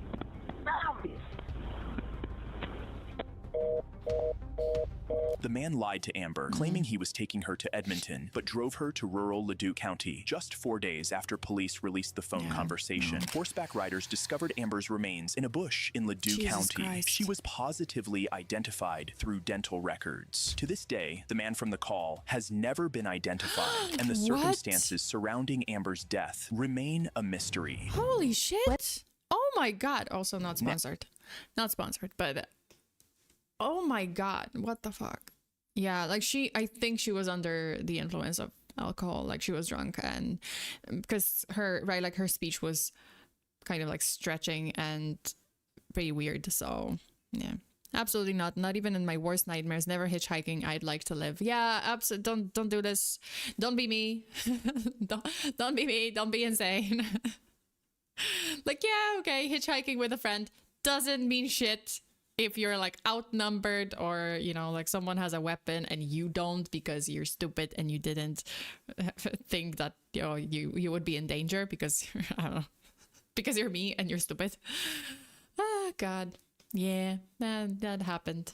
That happened. I never did that again. And I was just like, I was talking to my friend the other day and I was like, were we insane? Were we like thinking that everyone is like kumbaya and we're, you know, there's never gonna be like any danger. The whole world is kumbaya. No one murders anyone. Clearly that's not the case. Yeah, please be safe. Please be safe. Don't hitchhike. Just always trust. Always drive, like get in the car with a trusted person. Okay, so anyway. Next, street CCTV captured the moments before a nursing student went missing on campus. Oh, I know this one. This actually happened, what, 2024 or 2020? I think it was like 2024 or, is it? Wait, hold up. Yeah, I think it was like 2024 or this year. It might have been this year. Captured the moments before a nursing student went missing on campus, later revealed to have been murdered by an undocumented immigrant. Okay, let's step up here. I don't want to tell you. Jose Ibarra, and he went hunting for females on the University of Georgia's campus. University on of Georgia. February 22nd. Okay, 2024. Yeah, so it was last year. Yeah, like I saw it on, I think I saw it when it happened. Like the article was like on CNN or something, and it just happened. 2024, 22-year-old nursing student Laken Riley from Augusta University, Georgia, went for a morning run. But objectively, a very fucking cool name. Laken Riley. I'm sorry, objectively, very, very cool name. Hadn't returned after 3 hours. Unusual, since she always came back early. Concerned, her 3 roommates searched her running route using Riley's phone location. They soon found one of her AirPods and signs of a struggle at the spot, prompting them to call the police immediately. Hi, we're calling because our roommate went out for a run at 9. She usually runs like through Lake Herrick behind grad housing, and we haven't heard from her. And we all just got like service back, and we don't think it has anything to do with the outage. We went to go look to where her last location was, and all we found was an AirPod. Okay, have you tried calling her since she just got service back? Her family doesn't have AT&T, so the one with the power outage, so they've had service the whole time, and her calls have been ringing through. We're just not getting answers. Jesus Christ. Her name's Laken Riley. This prompted a deployment of UGA police officers who, upon checking Riley's phone data, discovered it had made an emergency. Thanks, and I've seen a few of them. Yeah, no, like because I think it's because, because of the nature of my content, like what I do on a daily basis, like literally my search history and my recommendations and everything, right? Like the algorithm just knows, so they immediately, like even the news websites, I feel like I get the cases like on the front page, like pretty much, yeah. So yeah, there's that. I get a lot of those like pretty much immediately.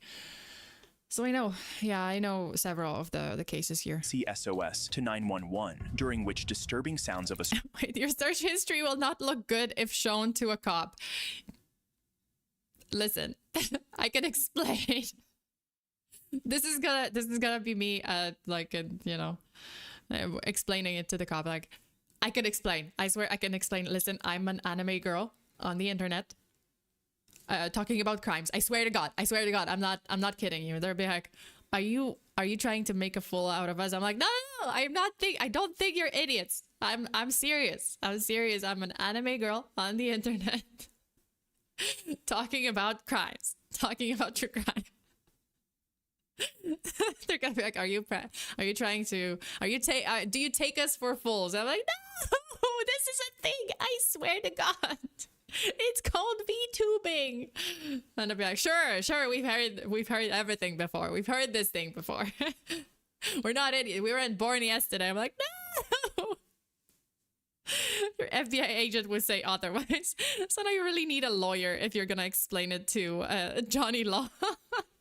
I'd be like, do you think we're idiots? Do you think we were born yesterday? I'm like, no, I'm serious. I'm 100% serious. It's a thing. It's a thing. Oh my God, thank you. Jesus, this was a perfect moment. An anime girl, get on the ground. Put your anime hands in the air and where I can see them. I'm like, okay, fine. No, or what if, dude, like it would be awkward if I still have just my life to D model and then they'd be like, put your hands in the air where I can see them. I'm like, I can't. I'm 2D. I'm 2D. This is not how it works. I only have face tracking. I can put my head kind of slightly up. But no, now I can't. I don't have an excuse. Now I don't have an excuse. So I would be like, okay, fine. Wait, see, I can. This is me. That's me. No, dude, like I would have to explain it to them. I would have to show it to them. They'd be like, we are arresting. Your search history is very suspicious. You know, what is this? Like, do you have any proof? I'm like, okay, fine. But I have to you know, just open my computer and let me just run a couple of programs. And also let me put on my tracker so that you guys can see that I'm like fully functional anime girl. Dorothy, thank you so much. Pretty sure all true crime creators are on the FBI watch list. I mean, I can't argue with that. No, like I'm pretty sure like some of us are being watched at all times. What have you been searching, Sona? What is the Mothman R34 Roll 34 tab? Okay, listen, I do, like the recent cases, like I had to look at pictures where I searched for pictures that were pretty bad, like human limbs, severed human limbs, and yeah, like I mean, what can I tell you? Dead bodies. Like I had to, for the case, I had to search for the pictures and I was censoring them. It's not like, oh, I wanted them to be uncensored, but this was the available version. So I had to censor them myself. There was no other way. So yeah, that's that. Okay, let's continue. Struggle could be heard in the background. Hello, this is Clark County 911. Uh-oh. What? I didn't know there was a call. Hello, Clark County 911. Can anyone hear me?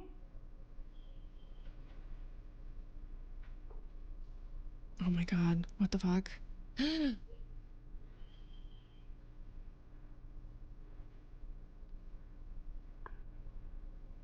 Come on. I mean, I know that she died, but...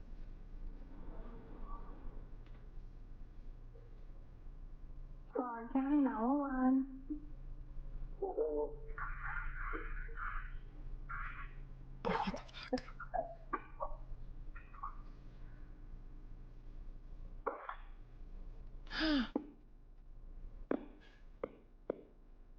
Yo, Tango.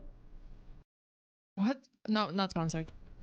With evidence of Riley being attacked all but confirmed, officers used her iPhone location to set up a perimeter and search the area where her phone had last pinged. Sadly, when they found her, what everyone feared had already happened. Yeah, I remember this. Ma'am. No, she's dead. Oh, I need meds immediately. The location of the phone bangs. Yeah. Police found Riley's body, but all life-saving efforts were unsuccessful. An autopsy later revealed she died from multiple blunt force injuries to the head, brain bleeding, and asphyxiation. With her body recovered. Wait. I wanted to see the full article. Riley had sustained significant blunt force trauma to her head, including 8 injuries to the left side of her skull and an injury just above her right temple. Dr. Michelle DeMarco, who conducted her autopsy, testified on Tuesday. One of the injuries was significant enough that it caused brain bleeding and could have been fatal, she said. There was also evidence of asphyxiation, though DeMarco said that she was unable to categorize how that occurred. Her cause of death was determined to be combined effects of blunt force trauma, head trauma, and asphyxia. And asphyxiation. And With she her body was assaulted, recovered, the next step was to break the devastating news to her mother, Oh younger my God, sister, no. and roommates, who had been anxiously awaiting updates.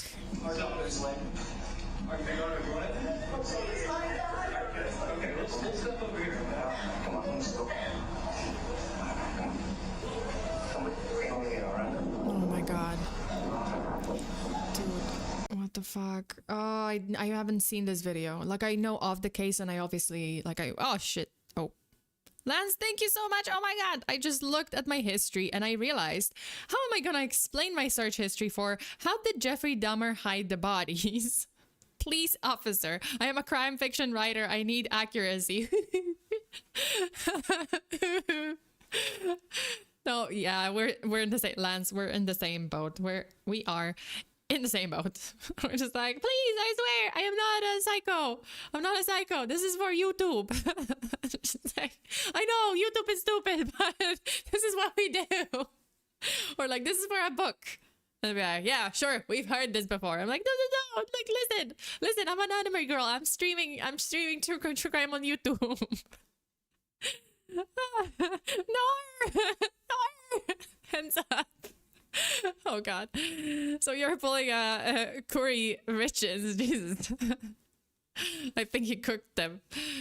Yeah, I have not seen this video. I haven't heard I think I've seen like the video that I heard the 911 call from the friends when she wouldn't return, like she didn't return and she wouldn't pick up her phone. So I've heard that one. I did not hear the other 911 call that came from Laken Riley. And then, yeah, this is the first time I'm watching it. Also, Morgan, hello. Imagine the people that use the AI search engines to find the info too. Jesus Christ. Oh, yeah. Oh. See, there was this situation. So like ChatGPT, for example, apparently it's gonna refuse to, like, if you say to, like, if you type in ChatGPT, like, how to build a bomb? Obviously, ChatGPT is gonna say like, oh, you know, like this is dangerous. Like, it's gonna refuse to give you instructions, right? But someone found a hack. If you type in, how can I accidentally build a bomb?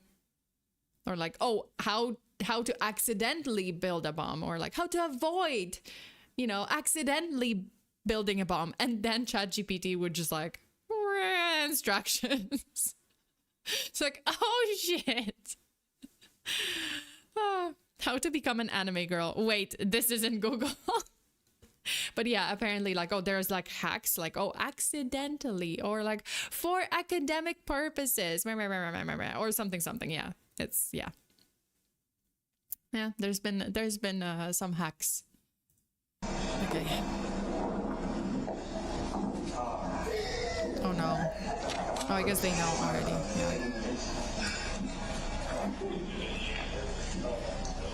I think that's the hardest to watch, you know, like the family's reaction.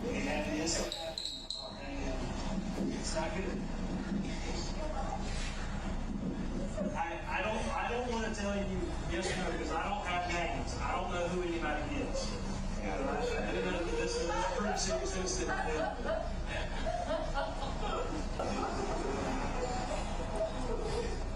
Oh my God. Given the brutality of the crime, officers left no stone unturned in the hunt for the killer. They reviewed CCTV footage along Riley's running route and discovered two bloody... Dude, it was like middle of the day.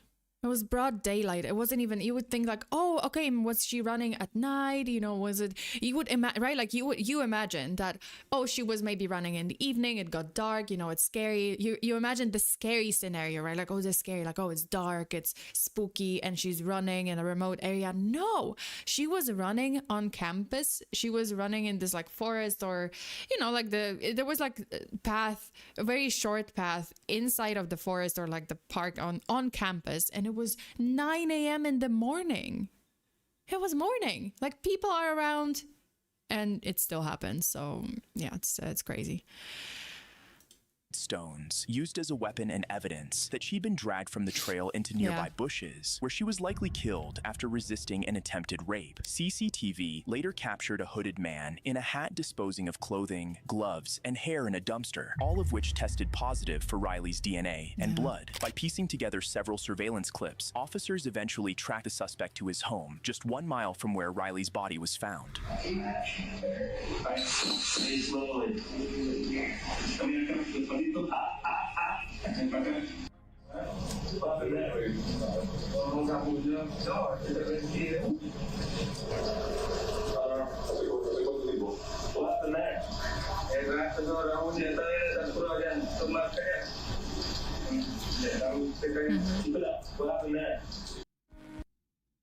Not sponsored. The suspect was identified as 26-year-old Jose Ibarra, an undocumented immigrant with ties to a local Venezuelan gang, a criminal record, and several outstanding warrants. I didn't know Officers noted unexplained scratches covering his body and found photos on his phone showing him wearing the same hat and clothes from the day of the murder. Most damningly, his DNA matched samples from the crime scene and Riley's body, while Riley's DNA was also found under his scratches. CCTV also captured him trying to break into another woman's home that morning, suggesting he had been hunting for victims. Jose Ibarra was charged and convicted of malice murder, felony murder, kidnapping with bodily injury, aggravated assault with intent to rape, aggravated battery, hindering an emergency telephone call, concealing the death of another, and peeping Tom. Count 1, malice murder. I find the defendant guilty. He was given the life sentence. Next is a terrifying moment. Oh my God. See, I didn't know that he was connected to some like Venezuelan gang in, you know, that operating in the area. So that's a lot. That's a lot of charges. I mean, rightfully so, because what the fuck. But yeah. All right, let's watch this. Moment captured on camera involving an attempted kidnapping.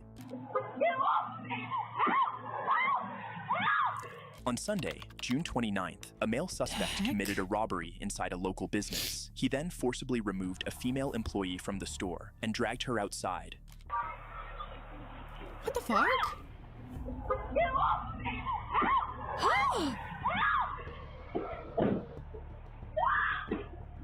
the fuck? Can someone, like, do something?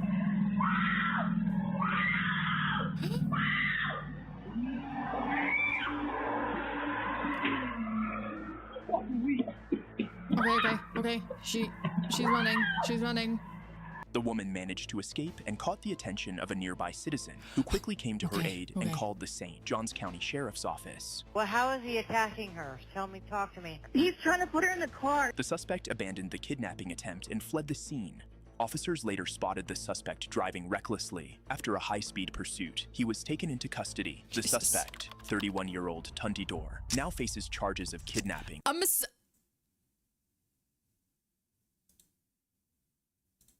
Recklessly. After a high-speed pursuit, he was taken into custody. The suspect, 31-year-old.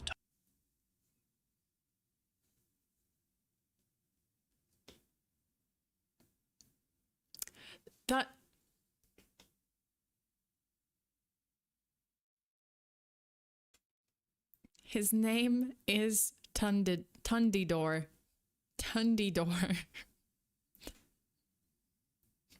Like, I don't want to make fun, but what? What the fuck sort of name is that? What? Why? Is that like a? I mean, I don't know. Is that okay? I have to look it up. Wait, hold up. Hold the thought. Hold it. Tundidor. The door. Is that like a? Where is this name from? Name. Oh, it might be a surname. Well, I mean, it's not a Slavic. It says, at least here, the surname Tundidor is of Spanish origin, derived from, because I thought it was like Thor, but then thunder and Thundidor, and it's like, okay, but Tundidor, Spanish origin, derived from the word tundir, meaning to beat or strike. What? Okay, never mind. I thought it was like a legitimate... I thought it was like, oh, maybe that's his last name. Maybe that's his surname and it's just Spanish origin. No, I think it was like a nickname, or I think he might have like chosen this name because Tundidor literally means to beat or strike. It is believed to have originated as an occupational name for someone who worked as a beater or thrasher of grain. Okay, maybe, perhaps. Wait, what the fuck? Okay, let's listen. But let's yeah, it's fitting. But at the same time, I'm like very confused. Let's listen. Maybe this is like not a legal name or something. Tundidor now faces charges of kidnapping, robbery, and grand theft auto. But what's his full name? What's his full name? What's his full name? What? Where's this case from? Like, wait, hold up. I need more context. What? Alright, wait, hold up. I need this. I need that Tundidor kidnapping. I need like a full name. Okay, so we do have some context. Accused, oh, Jesus Christ. Accused St. Augustine kidnapper was on probation for $38,000 South Florida hammer rampage. Okay, so this is, but what? No one is, we don't really have like a full name. Oh no, we do. So he does, this is his legal name. Oh my God. The suspect, 31-year-old Theodore Michael Tundidor, had been sentenced to 12 months. I thought it was like his first name, and I was like, why? That's such a strange name, but I guess it is last name. To 12 months probation earlier this year, after police say he destroyed multiple rooms of his mother's plantation home in November. Dude, like, what is going on? So he was trying to... He had been, okay, according to police report, Tundidor's mother told officers that he had been drinking heavily and became enraged when she refused to give him money for the alcohol. He was like, was he abducting just like a random person? I guess so. He was taken into custody. It's so strange. Wait. Allegedly attempted to kidnap a woman in broad daylight from the vape shop where she worked. Yeah, so it's just like, what the fuck? He was mad at her. No, like that wasn't his mother.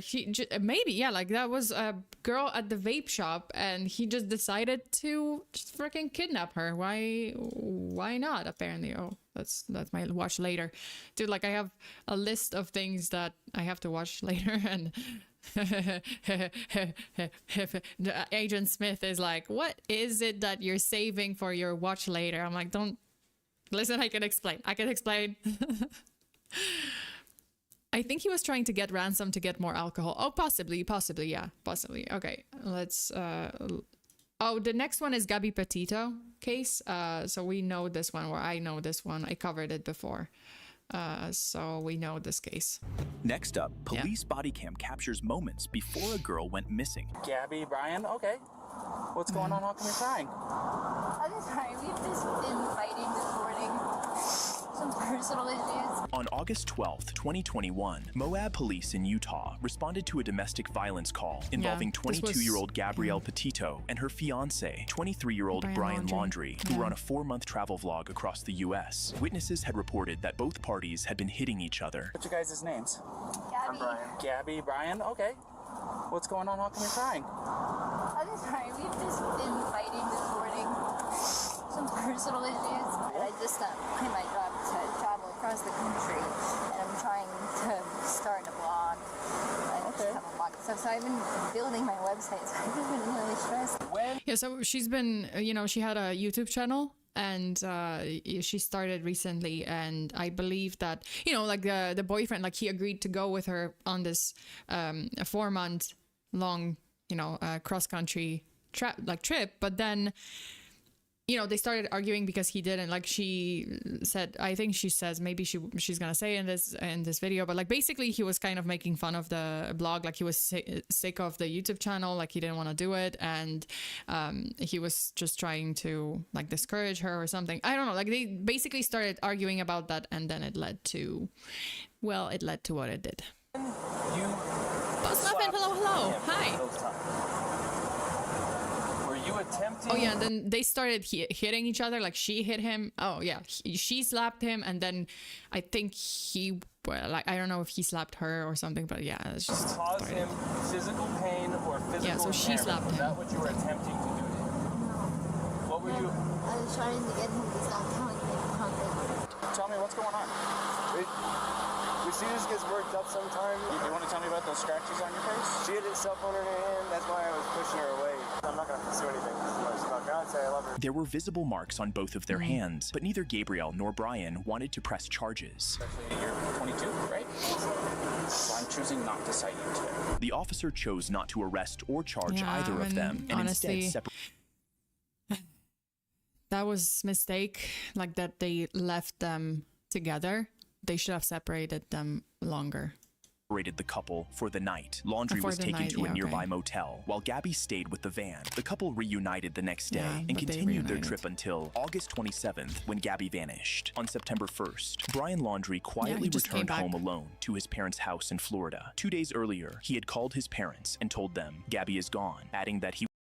Dude, like he just came back from the trip alone, without her. And the parents, Gabby's parents are like, yo, why are you here? Why are you back? Where's Gabby? And he's just like, oh, you know, she's gone. Like, oh, I came back. Like, oh, he didn't say even anything.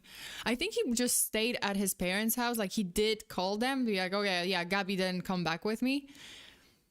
And then he refused to talk to them. So they're like, yo, like, what the fuck? Like, you guys were traveling together. Where is she?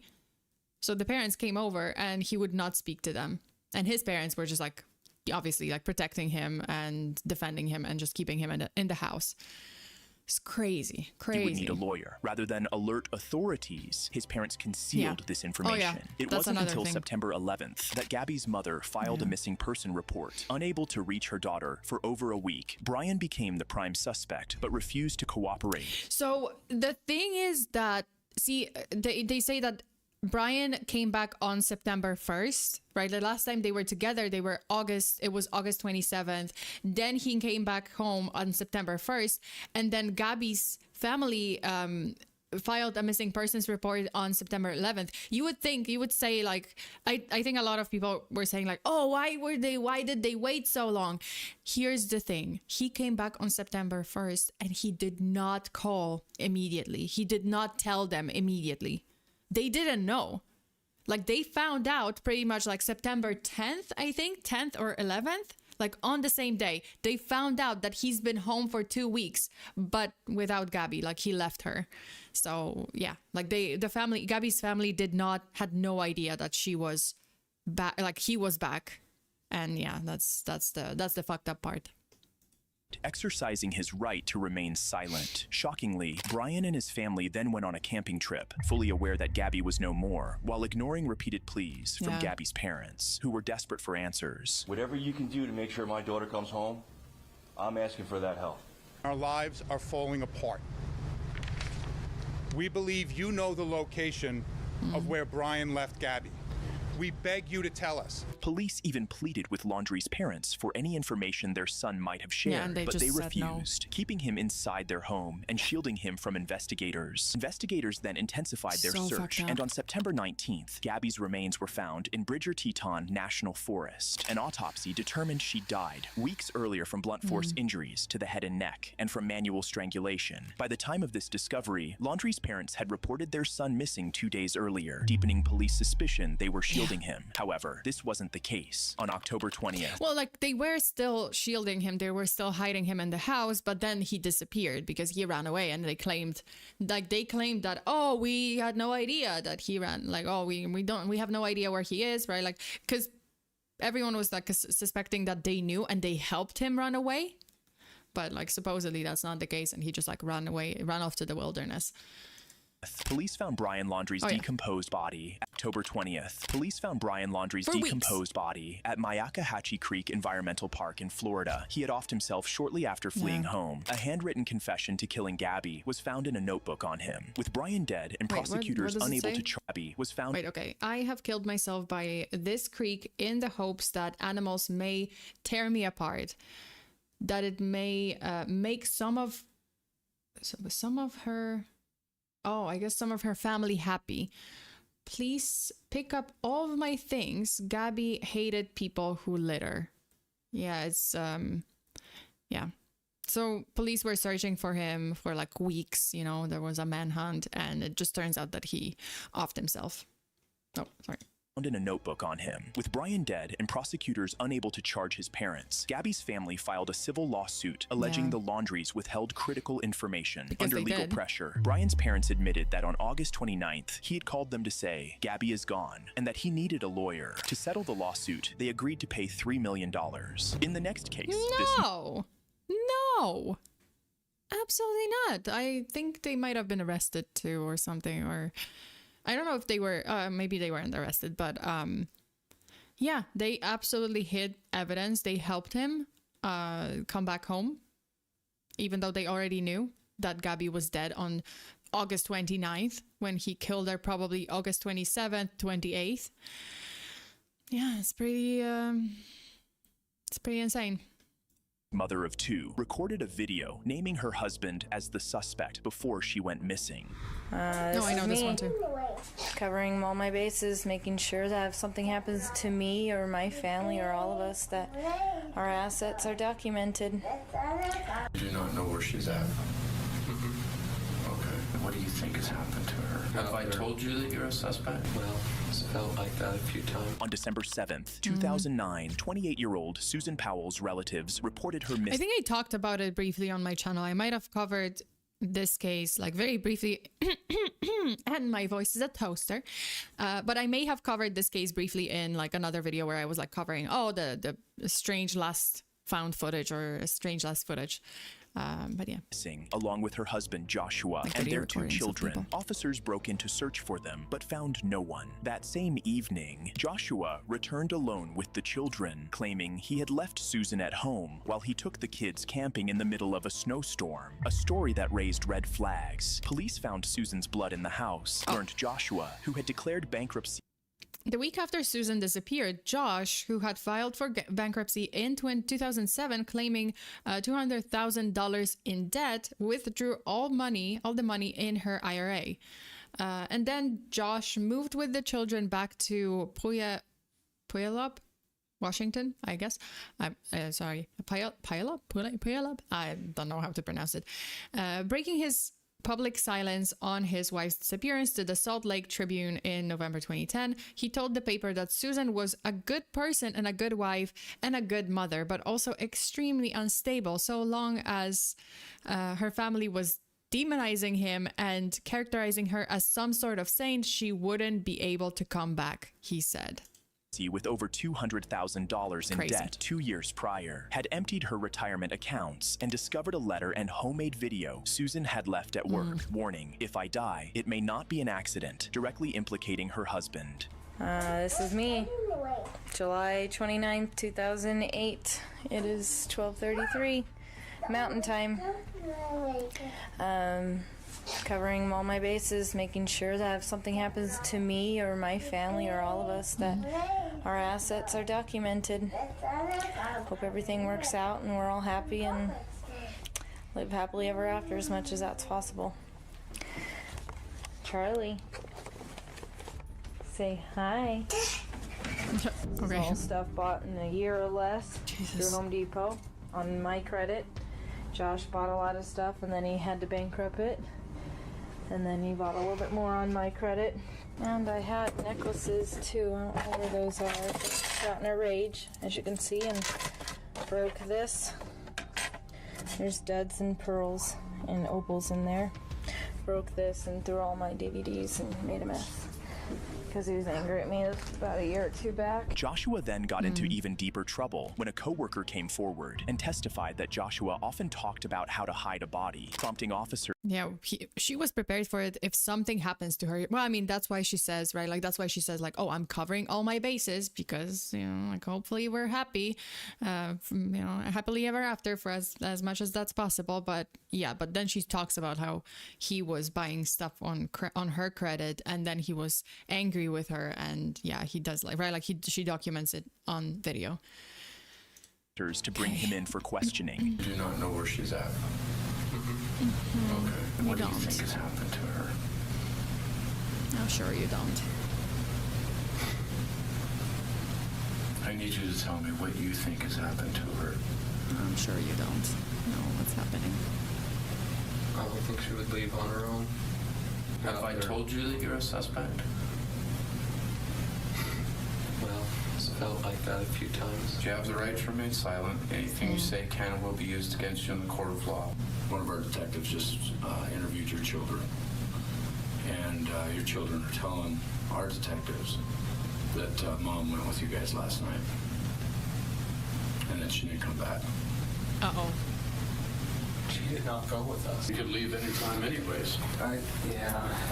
I mean, let me think about it for a couple days and...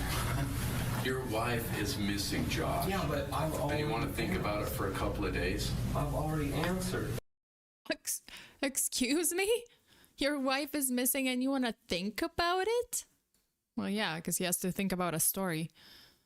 Right? He has to, like, get his story straight. And he has to think about, like, okay, what do I tell them to seem...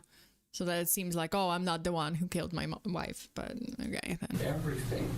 I told you I would answer everything. The interview only made Joshua appear more suspicious, but with insufficient evidence, he was released. Joshua quickly left the state with the kids, prompting Susan's parents to fight for and win custody, arguing the children weren't safe with a murder suspect. On February 5th, 2012, 3 years after Susan's disappearance, a social worker brought the children to Joshua for a supervised visit. Joshua dragged the kids inside, locked the door, and then set the home on fire, offing himself and both children. Susan's parents sued the state DSHS for negligence and won.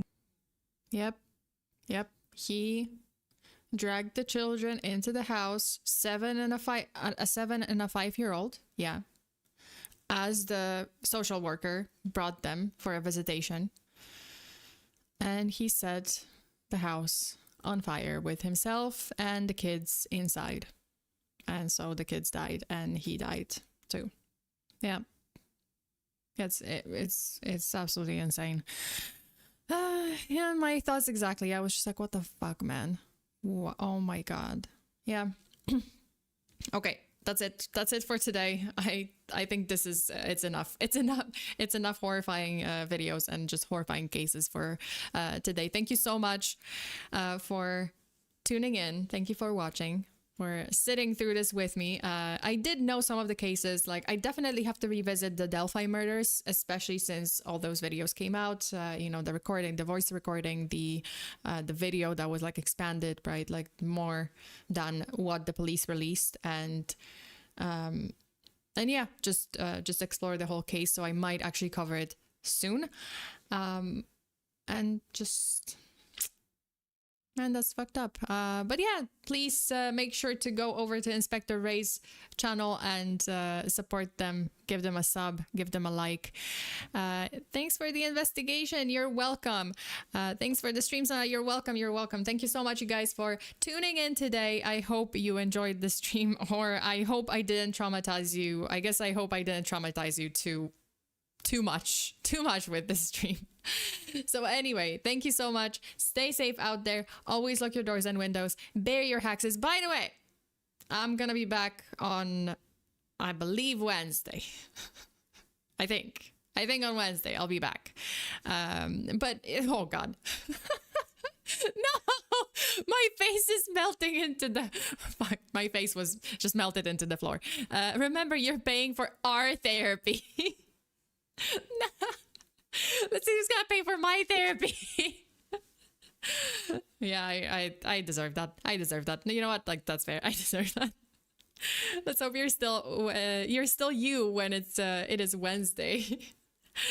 Guys, I'll be back on Wednesday for sure with another stream. It might be like scary videos, might be something else. I was thinking of doing, like, I might be doing like a members only stream, so the channel members. So YouTube members, not Patreon. Patreon's gonna be like a separate stream next week. But I think I'm gonna also do a members only stream. I wanted to try out VR chat, so I might be doing that. Oh my god. Gon, thank you so much. Oh my god, Gon, thank you so much for being a member for 34 months. Holy shit. Yippee. Yippee. But yeah, I'll be back on Wednesday. I was thinking of doing a YouTube members only stream and possibly a VR chat stream. So yeah, very, very possibly maybe that's gonna be for the members, or it might be for the members, like the VR chat stream. Member video. Yeah, like I have to like work it out. I just have to like set it up and see if I can actually do it. I don't think I can stream it with this model because or I might be able to. We'll see. But I know that you have to be like a trusted user or like verified user or something, and for that you have to like play quite a bit. I'll try to play maybe like today, tomorrow, to see if I can get verified and I can transfer this model actually into the VR chat so that, you know, it's not different. If not, I'll just stream with like another model. We'll see. But yeah, thank you so much for today. Again, stay safe out there. Always lock your doors and windows. Bear your haxes. Until the next time. Bye-bye. Bye.